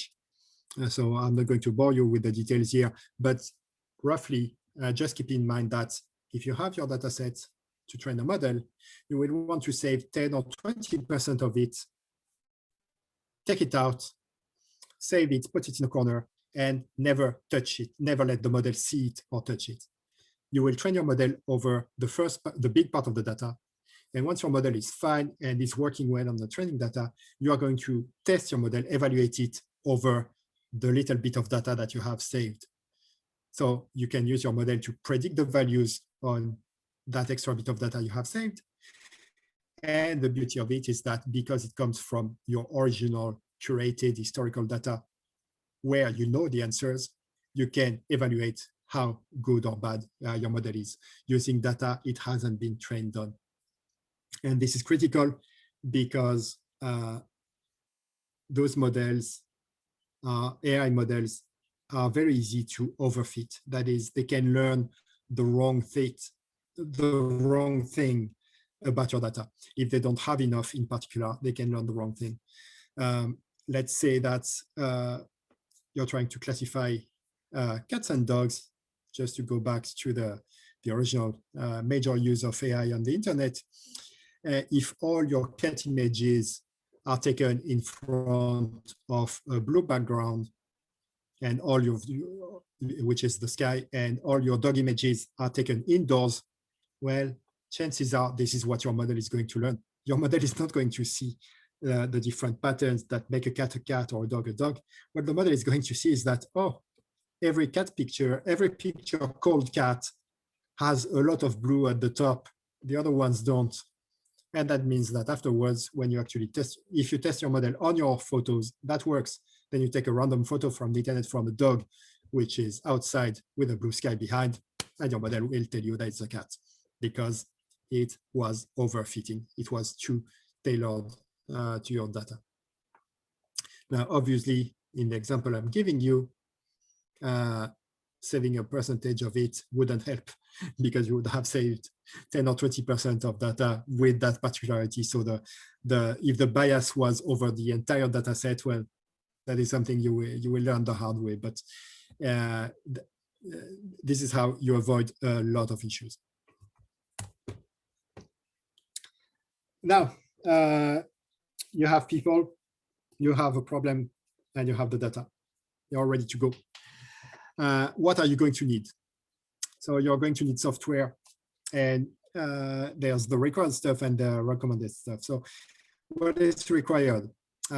You will need a Python environment. So either you use vanilla Python, you can use Anaconda if you like it, but this is what you're going to need. Then you will need some data processing software or libraries, stuff to transform your data, change the format of the files, modify your images, crunch numbers, aggregate columns, etc. That will be part of the data preparation. And you will need an AI framework. It doesn't matter which one. It's up to you to decide which one to use, but you will need one. Now, in addition to that, there's a few more stuff that you might want to consider. Python virtual environments will make your life a lot easier because they will allow you to have to use Python with a complete different configuration in each environment. Because every time you install a package or library in Python, it will come with its own dependencies. And because AI libraries, AI frameworks are moving targets, every time you install one, it has different requirements, different version requirements. So it's very easy to have an environment that to update a library and it's going to break some other part of the piece. So virtual environments will preserve you from that. You can just isolate your different environments and you have one for a project, one for another, one with TensorFlow, one with PyTorch 3.7, one with PyTorch 3.8. It is beautiful. Jupyter notebooks, if you like them, they are pretty handy. They are an interactive way of coding Python and running the code and adding some context, some text. So that's pretty handy. And it's also useful for multiple users to work together on a piece of code.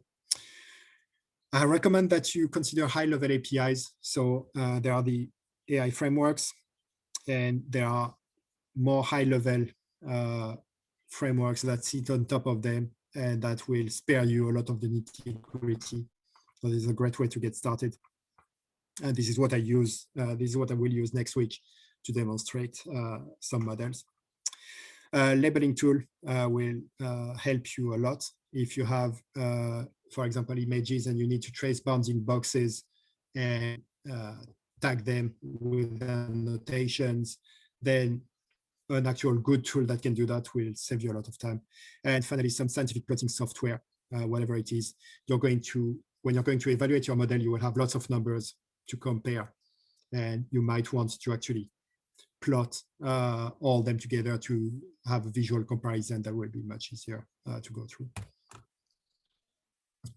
So let's talk about those various pieces. I mentioned Python. So why Python? That is because these days it is the lingua franca of AI. That's what it has become. All the various AI framework, not a single one of them, apart from, I don't know, maybe not even PyTorch, I'm not sure, but a lot of them are written in something else. And you can use them with various programming languages, but Python is the common thread.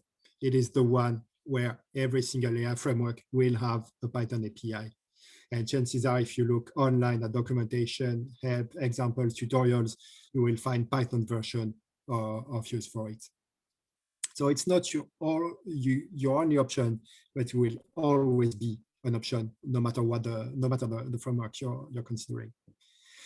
And a nice addition to it is that it comes with a very large ecosystem with tools, packages for everything, whether it is the data processing, whether it is model development, whether it is the plotting at the end, all of that, you will find ways to do it in Python. So you will have a one-stop shop there that will allow you to write your code and have everything from data preparation, model training, and exploitation, if you want all of that using the same ecosystem. Now, the AI framework. So you probably, if you're interested in AI, you have heard TensorFlow, you have heard PyTorch. You might have heard of some others. There are plenty of them. So Microsoft Cognitive Toolkit, that was known as ICHEC before. Keras is another. There are plenty of others. There's Tiano, which is deprecated now, Caffe 2, DL4J. So plenty of them. All of them will come with a Python API, pretty much. how do you choose one? There's no right answer, and I'm not here to sell a product.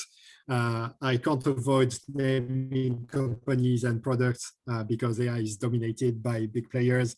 But what I will say is that I highly encourage you to base your choice on popularity and documentation. Because for immediate development and long-term maintainability, you want something that is popular enough that it has a wide user base, that is going to continue to be maintained. It will be there over time.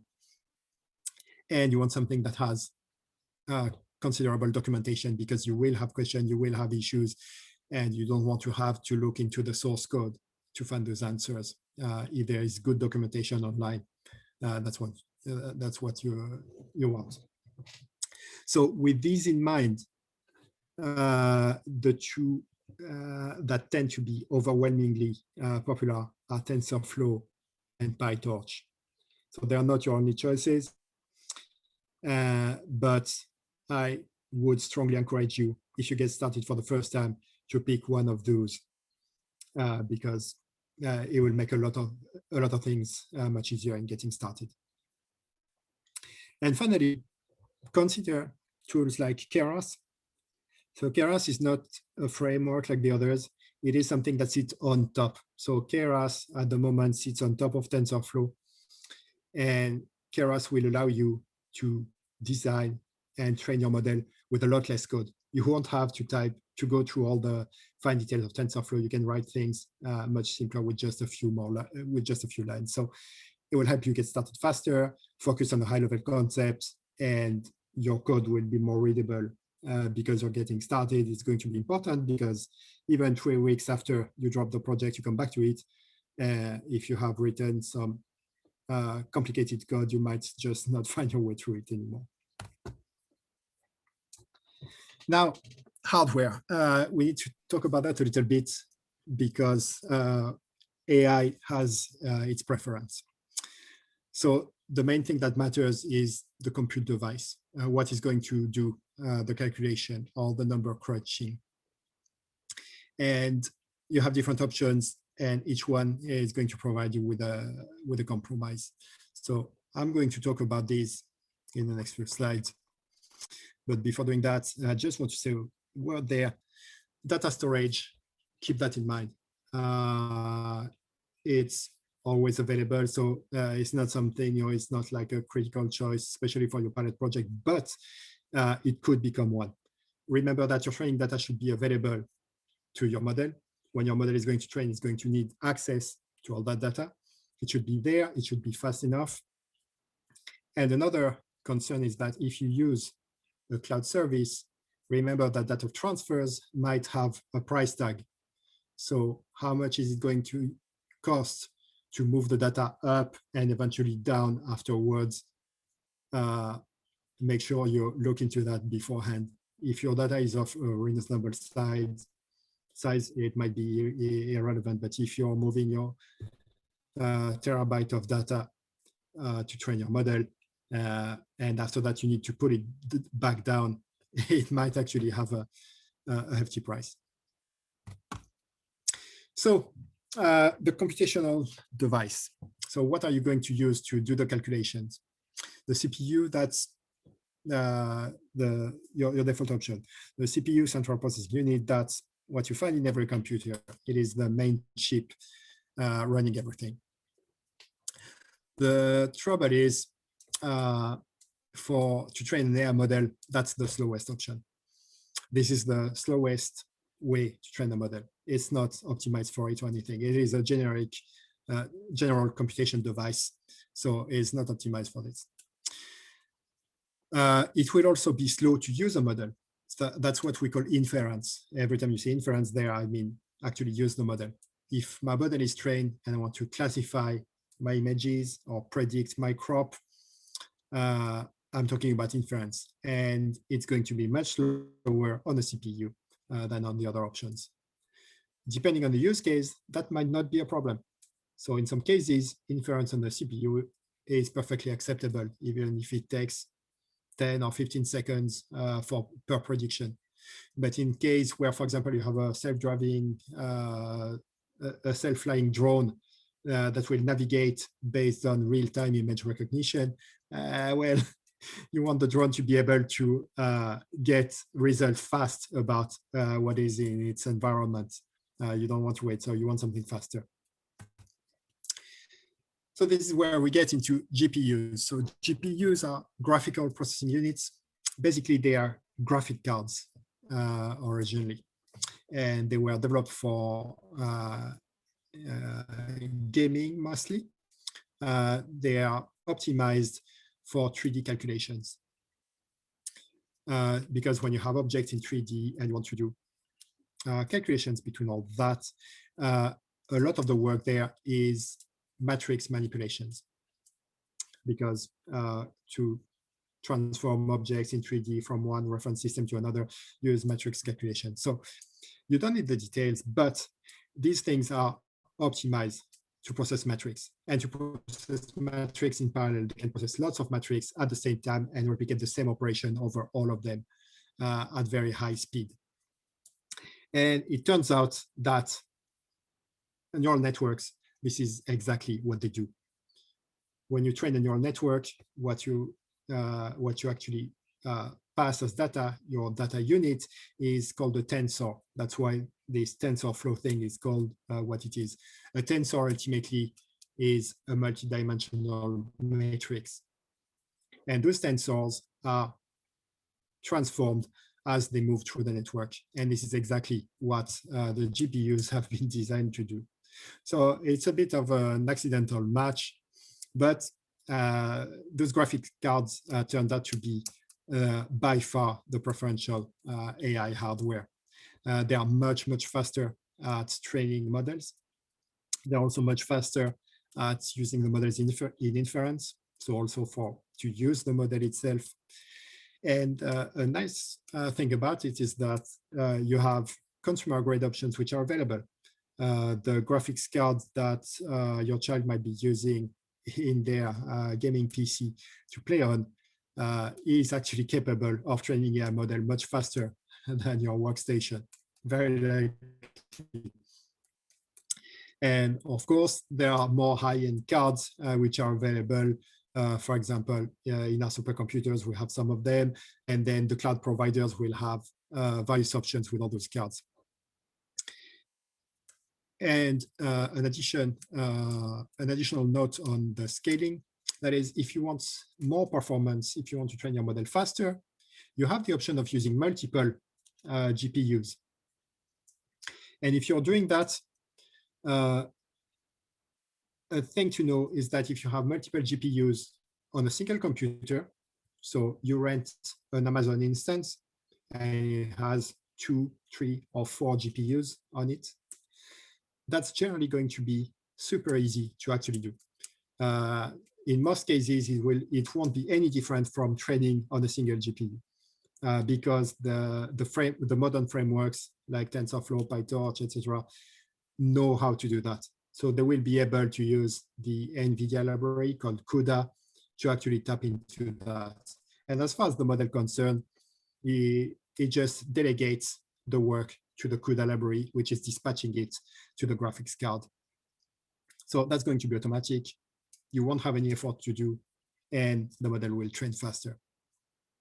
However, if you split your cards on separate nodes, separate computers, and you want to train over multiple computers, each one with their own GPUs, then it's going to be more involved. There is more effort to put in there. So keep that in mind. It is much, much easier to have multiple cards on a single node than multiple nodes with cards.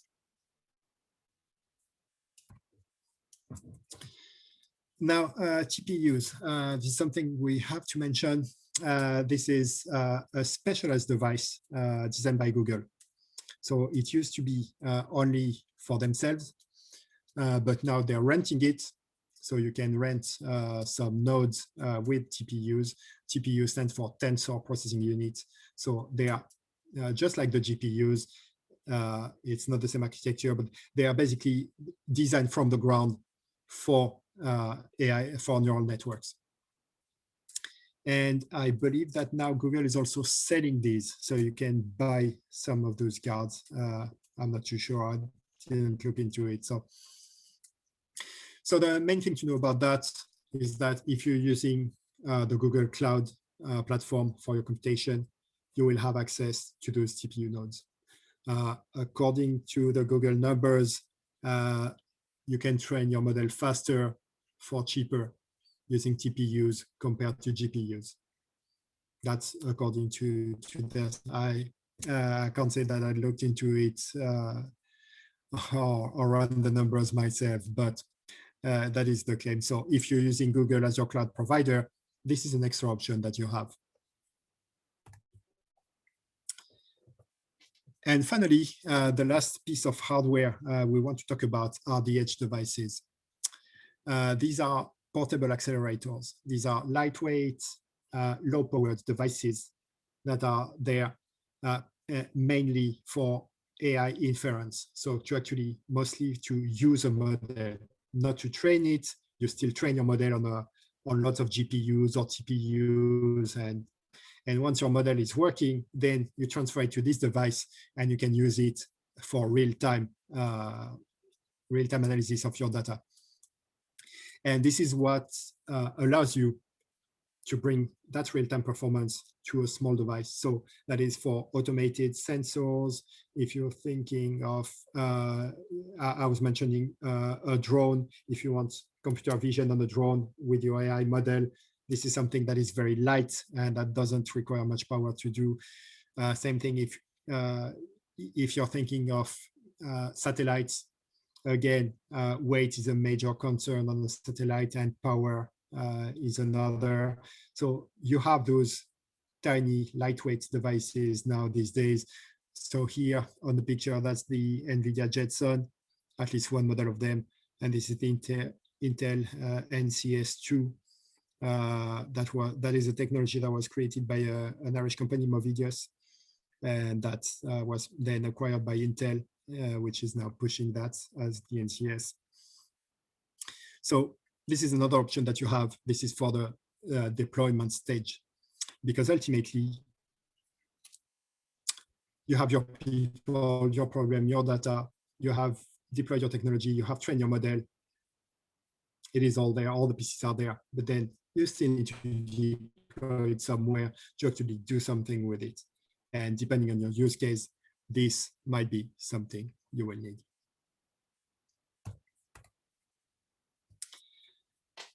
A few words about other options in hardware and software.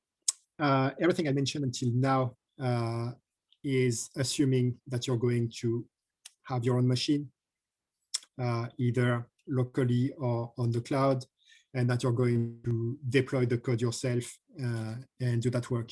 That's not necessarily the case. There are other options. So this is what I want to talk about now. Hardware availability shouldn't be a limiting factor. So you can perfectly use your workstation, your laptop for very early tests. Just scale down the amount of data you use so that it doesn't take you 3 hours to run a simple test. But you can do a lot of base development work just on a small machine. Of course, once you actually want to train a proper model with a reasonable quantity of data, you will want a GPU somewhere. But at that point, you can get that on demand through a cloud provider. So even if you don't have a high-end GPU available in-house, it doesn't matter. You can, cloud providers are a great way to actually get that and just pay for whatever you need for the GPU. Then you have Python AI platforms already available and pre-configured.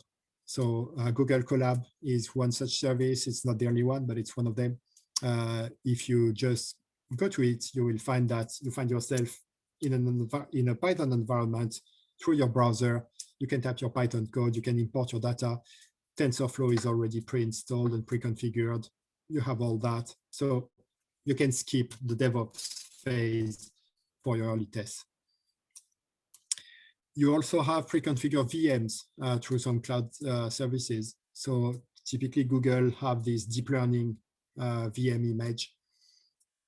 So this is a virtual machine that also comes with everything pre-configured. So again, if you're missing some DevOps expertise, there are solutions that might bridge a gap in your staffing, at least at the start.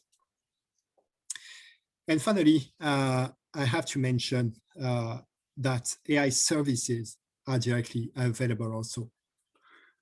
So I'm mostly focusing on the idea that somebody is trying to learn the technology, so you're not going to tap into the services for the pilot.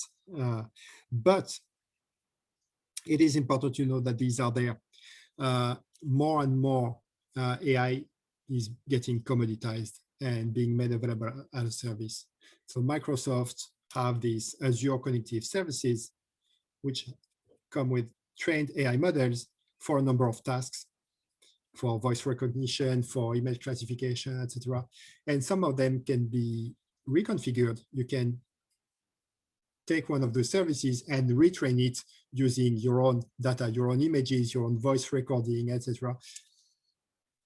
And all that is done through a web platform, a web interface that will allow you a more visual interfacing with the model that reduces the expertise you need in terms of the technology itself. And after that, you have a simple API that your code is going to call to tap into the service. So this is another way that you can use, depending on what you have in mind for some tasks. And so this is not the only one. So IBM have their own, Oracle, Amazon, etc. So there are plenty of them, and you can expect that in the future there will be more and more of them.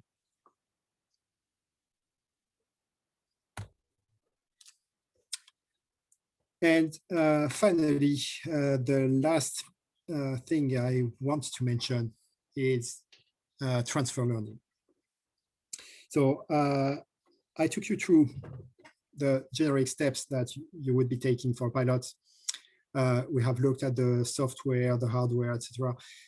We have looked at all of that, but there is a final piece of the puzzle, which is transfer learning. And transfer learning is all about not reinventing the wheel and also saving time and saving money. Is that you have large companies, organizations that have spent an awful lot of time, an awful lot of money training models for days and days over high-end GPUs. And those models, a lot of them are there available for free. So we know the shape of the model, but they come also with all the training, with all the weights, everything adjusted. And ImageNet, this is what you see below there. This is a giant collection of images that is being used for deep learning. It is mostly used for benchmarking. This is where the various frameworks, the various algorithms are testing each other and comparing each other. So you have lots of models that have been trained over those images to recognize what's in them. And the nice thing about it is that those models can be used even for completely unrelated problems. So, for example, if you don't want to recognize airplanes, boats, people, etc., but you want to recognize biology particles, you can do that. If you want to recognize people on the rugby pitch or whether there is a scrum or line out, you can do that. You just take the trained giant ImageNet model and you're going to just cut out the final bit of the network. You remember we had various layers in a neural network, and the last one is the layer that gives you the final class. If you remove that and you put new values there for the classes you're trying to predict, so scrum, out, kick, then you can keep training the model starting from the original pre-trained one. And believe it or not, this works incredibly well.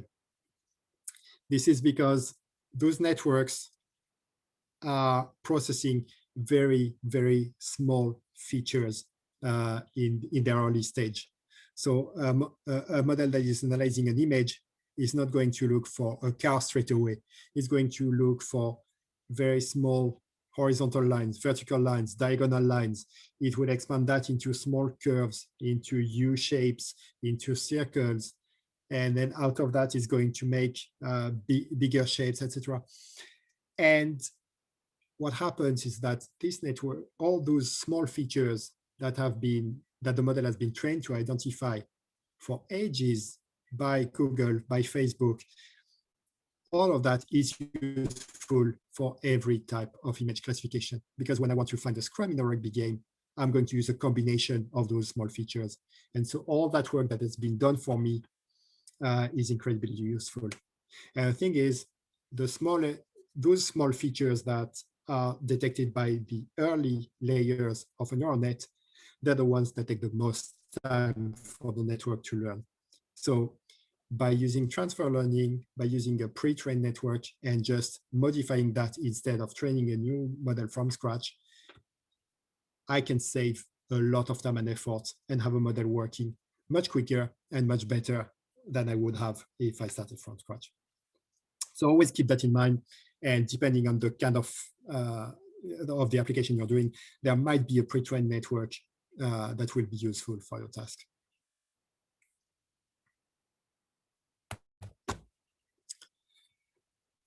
And final thing before we take a second break, a few concerns about deployments. So that was the final step in running a pilot. If you remember, after we have a model, we have evaluated it by seeing how it fares against our validation data or using a human expert to assess it. When we're happy with it, when you're happy with it, you'll have to deploy it. You have to do something with it. You want it to be useful, to be evaluated by workers, to be put to use, and hopefully to add something of value. So where are you going to deploy that? Is that you're developing it on your workstation or on a cloud server? Is that where it's going to reside afterwards, or will it need to be moved somewhere else? If you're going to need to move it, you might want to think ahead of time about possibly using, for example, container technology. If you're familiar with Docker or the rest of the ecosystem, Singularity, Kubernetes, containers will allow you to more easily move your AI stack onto another machine and deploy it there or run it there.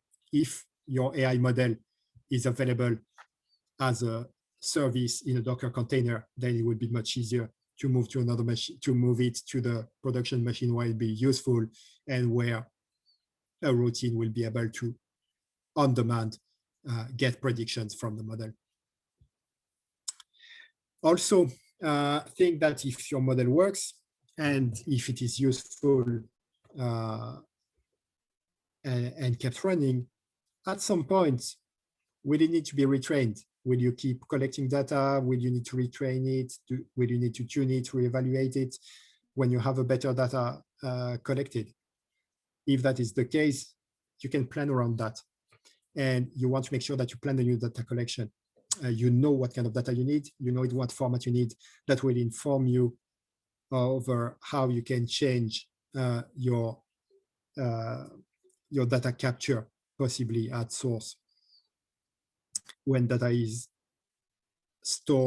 captured from a user filling an online form, for example, you could have an extra routine shaping that data in the format you need for your AI and store that in a SQL database. That means that the day you want to retrain the model, you have lots of data that has been then captured over time directly in the proper format. And that will save you a lot of time later. And finally, I'm coming back to it. Will you need manual annotations? Will you need a human to actually tag your data? That is, add some numbers, draw bounding boxes. If that is the case, I really can't recommend enough that you deploy or that you develop your own labeling tool. It will save you a lot of effort. There is one by Intel, which is called CVAT. This is something they designed in-house and then they released it as open source. CVAT is pretty neat. It's mainly for images and bounding boxes, but it even includes plugins so that you can plug in an AI model into it. So that means that you can have your labeling tool where people put annotations, then this generates the data you need to train your model. And once your model is trained, you can push it back into the labeling tool so that when new data comes in, you can automatically apply it. All the bounding boxes, all the detections are drawn onto your images, and then the experts can just flick through the predictions on the model and make a judgment about it, or fix the few errors that they spot.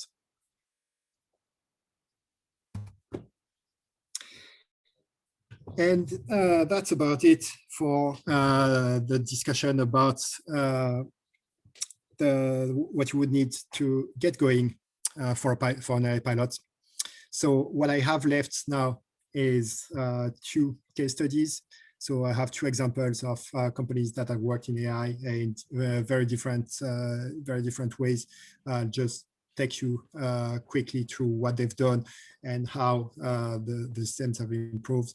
But before that, we'll have a 10 minutes break, and but I can take any question, comment about anything that was in this section regarding the project setup, the requirements, the software, the hardware. So if you have any questions now, feel free to go ahead.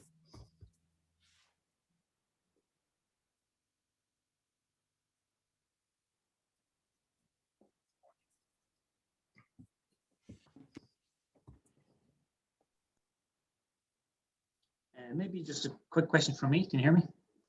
Yes. Great. I know lots of people have Microsoft-based enterprises, or use Microsoft infrastructure. Have you any experience of integrating with Exchange or SQL databases, not necessarily Microsoft, or is a lot of the processing typically done with text files?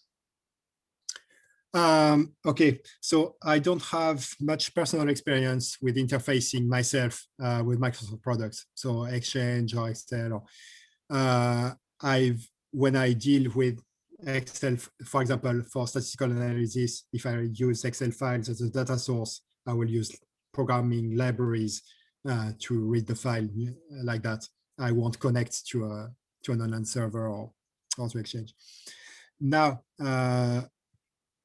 in terms of accessing local files or accessing a database, it really is up to you. There is absolute difference in the process. Connecting to a SQL database, every single programming language will be able to do that seamlessly.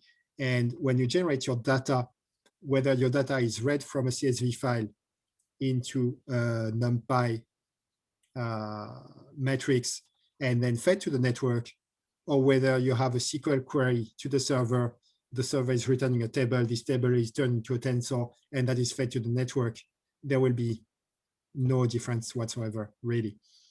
The main thing is that the training of the model itself is going to take most of the time.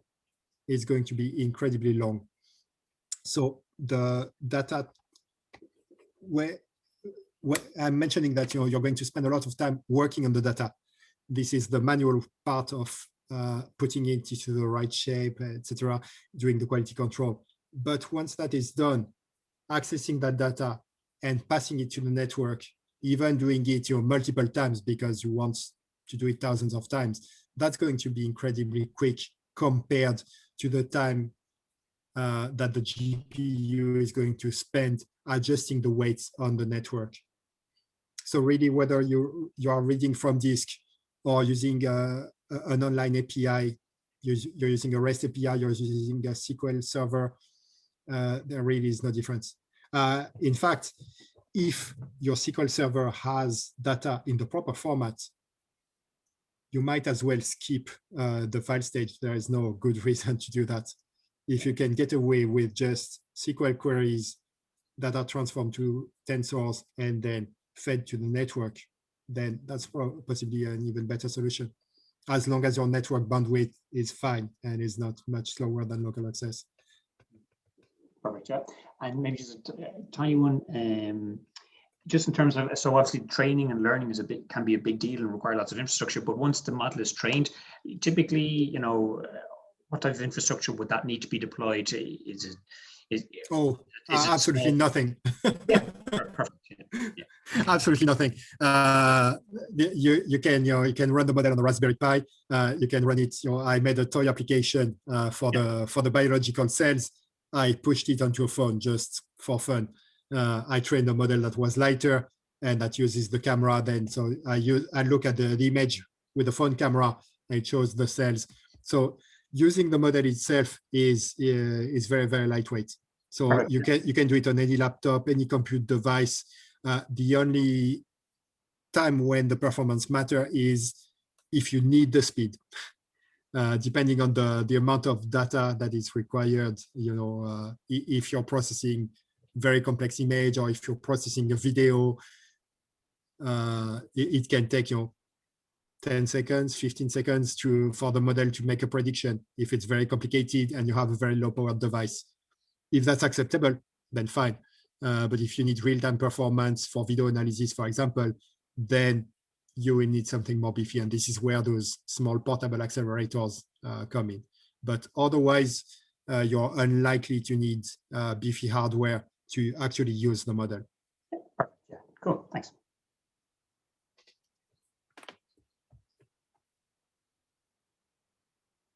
All right. So let's say we take a break. We'll be back at 20 past. So it's 9 minutes from now. And then we'll be concluding with the 2 case studies. So see you at 20 past. Thanks, Bruno.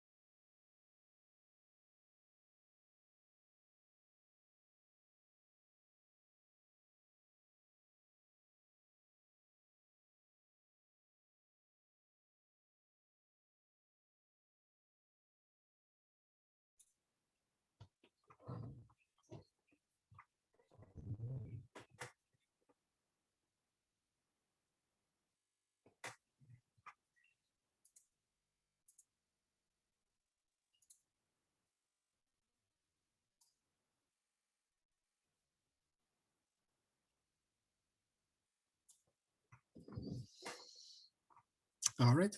Hi again.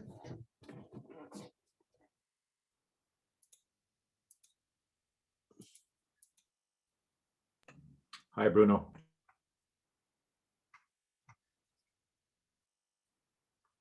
All right. So let's get going. I don't have too much left, so hopefully we'll be finished well before 5. But I would like to take you quickly through 2 case studies. This is anonymized to keep the privacy of the company and some of the details of the project, so I don't want to infringe on any IP. But we're going to go through what 2 companies I've worked with have done and how they have used AI to great effect. So in the first case, and the 2 are very different. So the first case, this is an Irish startup that started looking into the employment market. And in particular, they were looking at the job ads for IT jobs.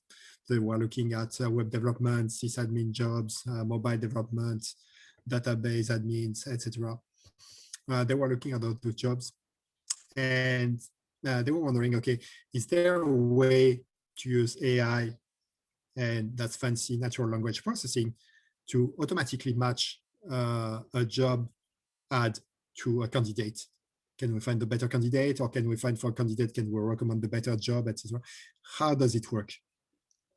So that's where their idea started. And in fairness, they had a very bright AI person there, a very bright programmer that got into that technology and learned as he went, and he did some wonders. So the first thing they did was to develop their own web crawler to get training data source. They didn't have any data in-house. They needed data to train their models, so they used the available online job ads that were there. They didn't have CVs because CVs are private, but job ads were available for free crawling. Then they wanted to use word embedding to encode, transform the words into numbers. And in order to do that, first, they wanted to tie their embeddings to the various domains.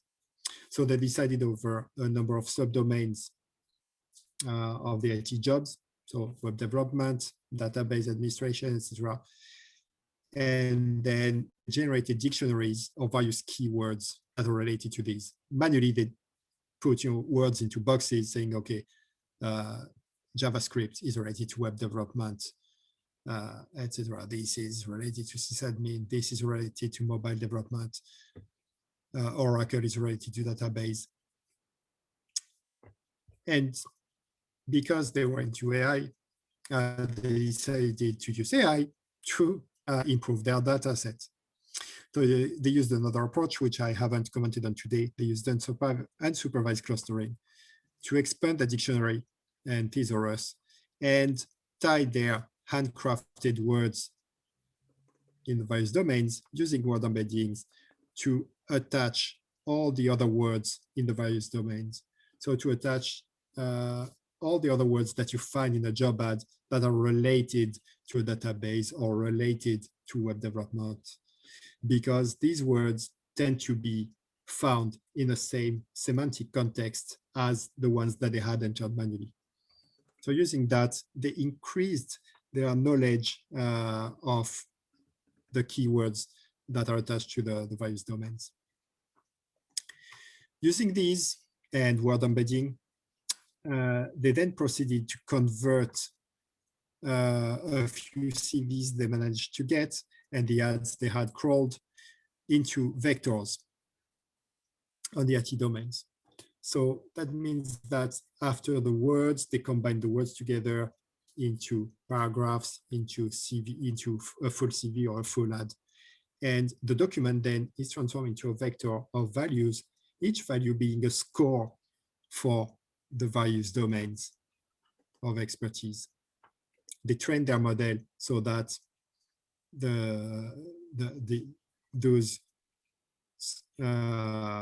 those goals were tied to each.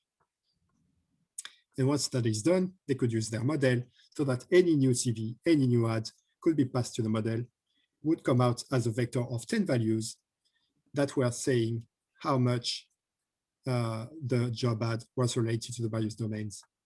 And after that, if you use the distance between the vector of one CV and the vector of an ad, you know how far apart they are. If they're a good match, then there is a small distance.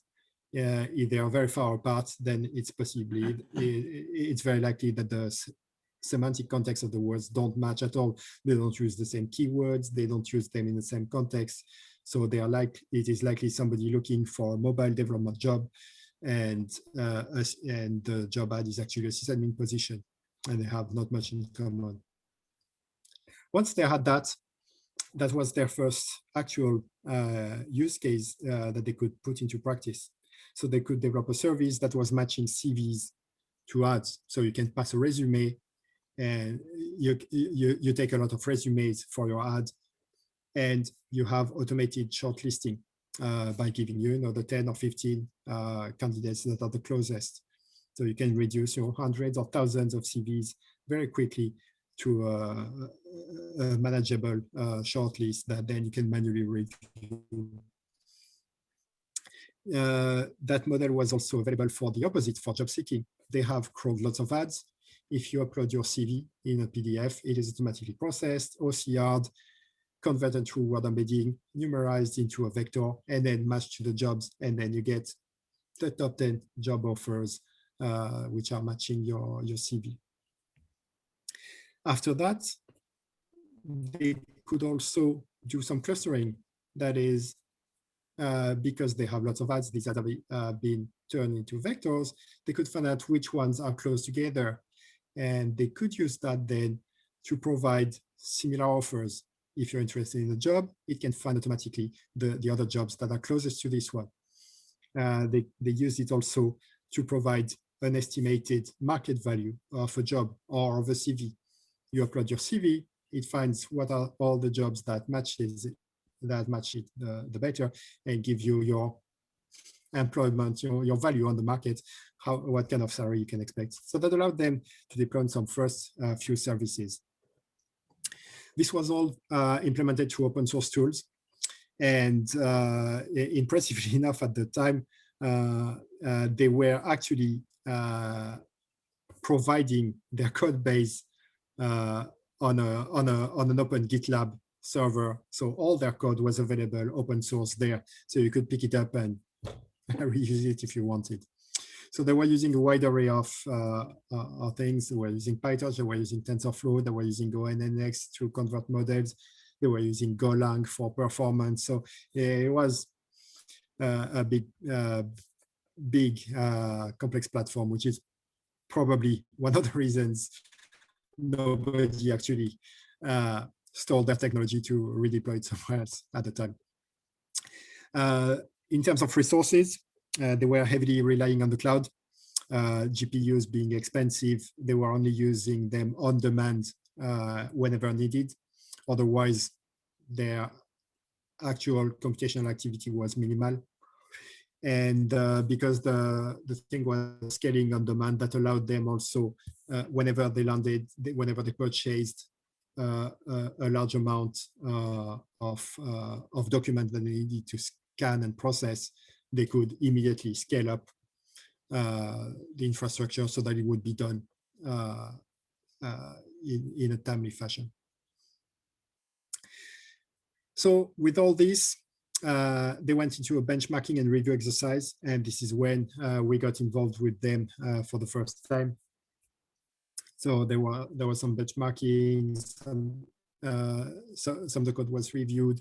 There has been some improvements, and after all that, because they had a service that they could demonstrate that seemed useful, a promising technology, they managed to get extra investments. So they got some considerable investors that increases their financial means, and they were able to use that increased fame and that money to actually get partnerships with other companies to process their jobs and their CVs portfolios. The companies needed that as a service, and in exchange, the AI company could use that to improve their models and expand them. So they expanded their visualization tools, and they expanded their model collection. So they then had lots of concurrent models processing the CVs and no longer doing a single set of word embedding and classification, but also having a model to extract the education qualifications, having a model to extract an estimate of the seniority of a profile.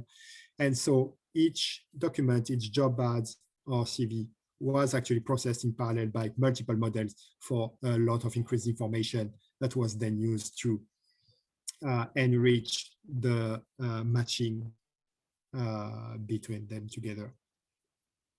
And this eventually led to us parting ways with them after they were noticed by a big player in the online job market, and they got acquired for the technology.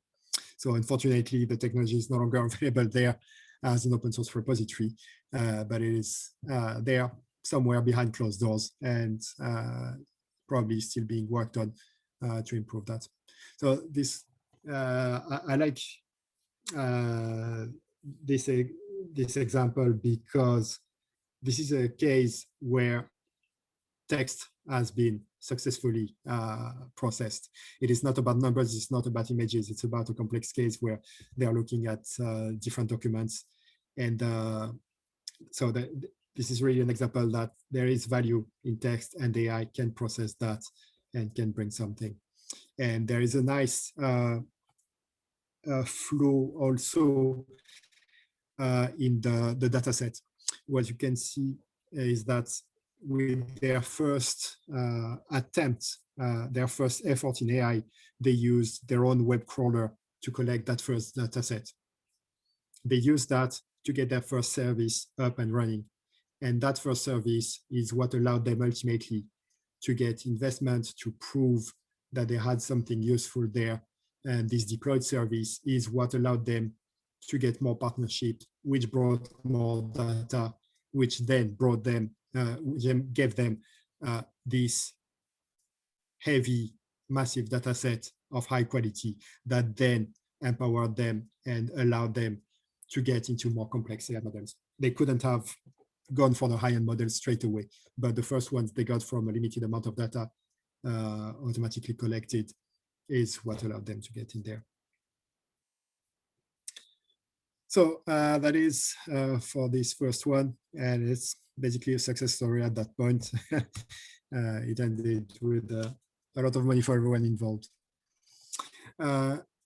Next one is one I already mentioned, is a company doing biomedical object detection. So I was mentioning it earlier, using it as an example of to illustrate the flow of an AI project. It is a spin-off company from a big biomedical company, and they look at microscopy imaging. And they already have a service that they provide that exists in the domain, where there is microscopy imaging being done. Then the images are given to experts, and experts are looking at that, and they identify some specific species of cells, and they count them. And the thing is, every scan has hundreds and hundreds of images. So it is a long and costly process. And in addition to that, this spin-off originally was interested in the imaging itself. So their main focus was the design and manufacturing of a smart device that automatically does the microscopy. So instead of having to send a sample to a laboratory that is going to do the imaging by having an expert use the sample, dilute it, and then do the imaging, they have developed this smart device that uses some fancy technology to do the imaging by itself. The trouble with that is that then the device has to upload all the images to the company server and then somebody, a domain expert, has to look at those images and manually annotate them. And that's taking very long. So it was a bit frustrating that they had this device which was automating half of the process and the other half was still slow and cumbersome. So they thought about AI. Could you use an AI model to speed up or improve this annotation step? So they started with the pilot project on single species, and this is the one I was mentioning earlier. They had limited data, a limited amount of data available. Images were not high quality, not well tagged, etc. So even though it is a typical object detection problem, we want to detect the cells on the image and then identify them. What we did for the pilot is to treat it as purely classification. That is that instead of doing object detection on the full image, we have generated cutouts of the images with the cells, and that was positive images. And then we generated, we took cutouts in other random places of those images as no detection examples, so the negatives. And then we used data augmentation to increase the data volume further. So we had just a few hundreds of images, but then we ended up with multiple thousands of cells, of examples of cells and non-cells. And then again, treating that as a simple classification problem allowed us also to use a smaller model. So instead of a complex object detection model, which would require a lot more data to be viable, we could use a small convolution network that was sort of handcrafted with PyTorch, and we use that to work with the available data volume. As I mentioned earlier, the results were good enough. We had about 80% accuracy in the verdict, which is pretty bad as far as AI is concerned, but that was good enough to be considered encouraging considering the various limitations of the original data and the fact that we're using not a fantastic model either. And in order to deploy that, the deployment was done in the form of a command line script that was applying the model to a large image. What it was doing is that when you pass the large image, it was just looking at fake cutouts on this image and classifying all those small regions. And then after that, merging all the regions that were basically the same cell.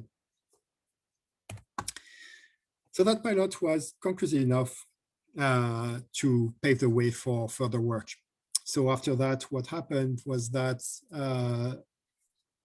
to go past the proof of concept, it was time to actually go into proper object detection, and not on a single species, but on multiple ones.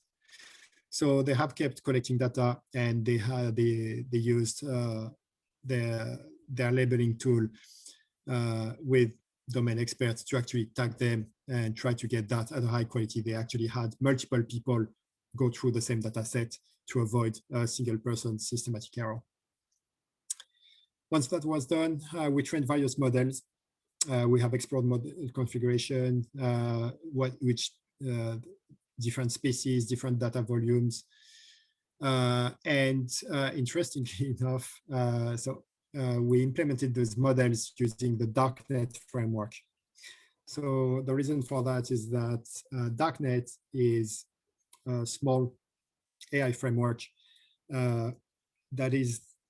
that was written by the author of a really, really nice object detection model called YOLO v3, which was state of the art at the time. It was beating every other model in speed, accuracy. It is a fantastic piece of technology. So the best way to actually use this model was to actually use the Darknet framework. So originally I used PyTorch, and somebody had ported the YOLO v3 model into PyTorch, but the port itself was buggy, it wasn't great. So I went straight to the source and started using Darknet. And this is where I will come back to what I was mentioning earlier about popularity and documentation. This is always biting me back now, because every time I have an issue with darknet, I run into the issue of documentation and popularity. It's a fringe model. In fact, the author has abandoned it out of ethical concern for the use of object detection by the military. So the darknet now has been forked and is being maintained by another author, which is getting a good work out of it, but it doesn't help the documentation, and it is far less popular than others. So whenever you have an issue, chances are you have to fix it yourself. So I'm a bit caught in a corner there at some points. There are some things like the evaluation loops that I had to code myself when it would be available out of the box with PyTorch or TensorFlow. So lesson learned there, keep that one in mind. Anyhow, those models have worked and proven to do very, very well over the number of species that we tested. Then it was time to actually run some more field testing. So they have run some, they have collected more and more data. And some of the species we detected were still well detected. So we had the data we used before was diverse enough. However, in some other cases, it has been proven to not work at all. The data we had just proved to be too region or too seasonal, too region specific, too seasonal. And in other regions, in other seasons, the cells look very different. So that is leading now to further data collection. They know which ones need more diversification. So they're working into it. Once the data is collected, models will be retrained, reevaluated, and then put to use. And finally, the model has been pushed into their in-house labeling tool. So they actually use CVAT, and the model is in there. So now when they generate new scans and they import them, they are able to automatically apply the model to annotate all the images, and then their experts just have to review that through the same platform that they were using before. And the current state is that this is still ongoing. This is going to be tied to their smart device. And in order to tie it up, they are investigating edge inference.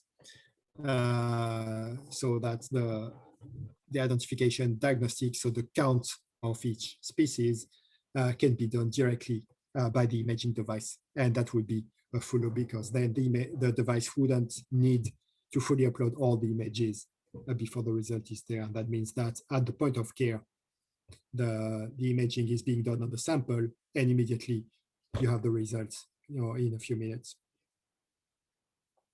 And that is going to be a device that at the moment in their domain is going to shorten the current industrial process. The current business process takes 24 to 48 hours, and that's going to reduce to 5 minutes to an hour, depending on whether the device needs to upload the data or not. And this is going to be me for today. So thanks very much for attending. And I hope I managed to give you a few useful pointers, and that it will give you ideas to actually get started. So before I leave it to questions or comments, just want to remind people that next week there is the third and final course of this series. I will be delivering it, and it will cover exactly what I didn't cover today. I will enter into the science behind those AI models and trying to give people an intuitive understanding of how they work, why they work, and what are the various moving parts that you will need to deal with when using an AI framework. And all of that with some example code, etc. So it will be very technical oriented talk. So keep that in mind if you're thinking of attending. It will be a Python notebook and very much detailed. And that's it. So if you have any questions, by all means, go ahead.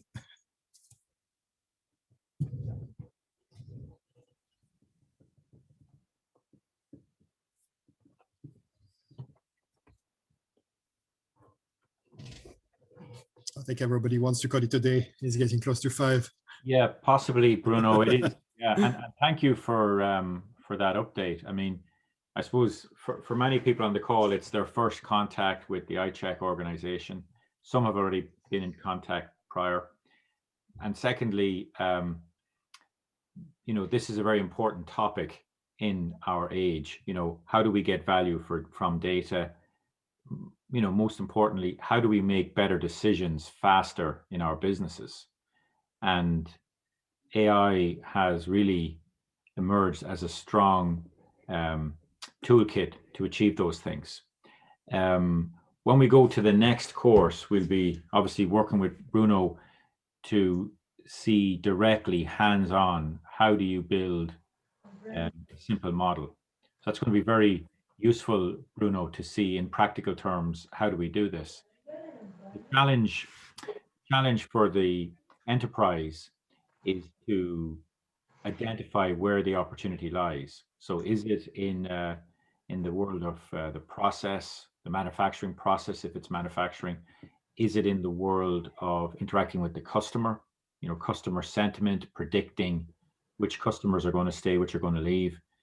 Or is it indeed with the product? What we're seeing across the world today is that many enterprises are making a product out of the data. So in other words, if you have a vast database of information on a particular area, you may have a product in the making there. Now it's not for everybody, it's for certain cases, certain use cases. For example, a business that is providing financial services to retailers could probably sell a product which is related to macroeconomic trends that they're actually seeing from transactions. So not giving any confidentiality away, but yet being able to see a pattern in the data. So in certain times of the day or week or year, sales are up for certain categories of products. That may not be obvious to the human mind, but certainly for machine learning would be obvious, because it's equally possible then to extrapolate forward in time and plan better around a sales strategy, a retail sales strategy in that example. Perhaps the biggest area for opportunity with machine learning is in the realm of process. So as businesses become more aware of the opportunity of Lean Sigma, continuous improvement, you know, addressing the 7 deadly wastes, all those kinds of things, that's really where machine learning in particular comes into its own, to spot patterns in data that would not be possible on Excel or in your head. So certainly for manufacturing businesses, that's a major area for application. So next week, same time, 2 o'clock on Thursday, we have our next session, and Bruno will be taking us through that session, as we said. In particular, one second now. In particular, what we will be looking at is fundamentals of IT. So this is the whole domain of, hopefully now the screen is sharing correctly. The whole domain, is my screen sharing correctly? Wait, I probably need to stop sharing. Yeah, no problem. Okay, sorry. Yeah, I think, yeah. It's showing is there now. Yeah, you're seeing fundamentals of AI. So as Bruno pointed out, the next course, which is 3rd in the series, looks at the next level down, you know, model fitting, error measurement, and then looking at a particular example from there. So some of you on the call are probably blown away by this. Some of you are probably thinking, yeah, I've seen a bit of this before. I know what this is and I can apply it. So we've got a mixed audience here. But what we're trying to do is spark the interest. This is a journey. We're trying to spark the interest and then help you with your incubator project. So when you learn more about what's possible, that often inspires you to think about a project. Now, we are currently working with 5 organizations about a project, but we have other organizations represented on the call today who also have ideas. So this is all about learning and doing, you know. So we've probably covered everything. Thank you, Bruno. Thanks also to your colleagues, Bruno, who are on the line, Adam and Simon. And thank you everybody who's given up their time this afternoon to hear from Bruno. And look forward to talking to you some more next week. Thanks very much. Thank you. Bye-bye. Thank you. Bye.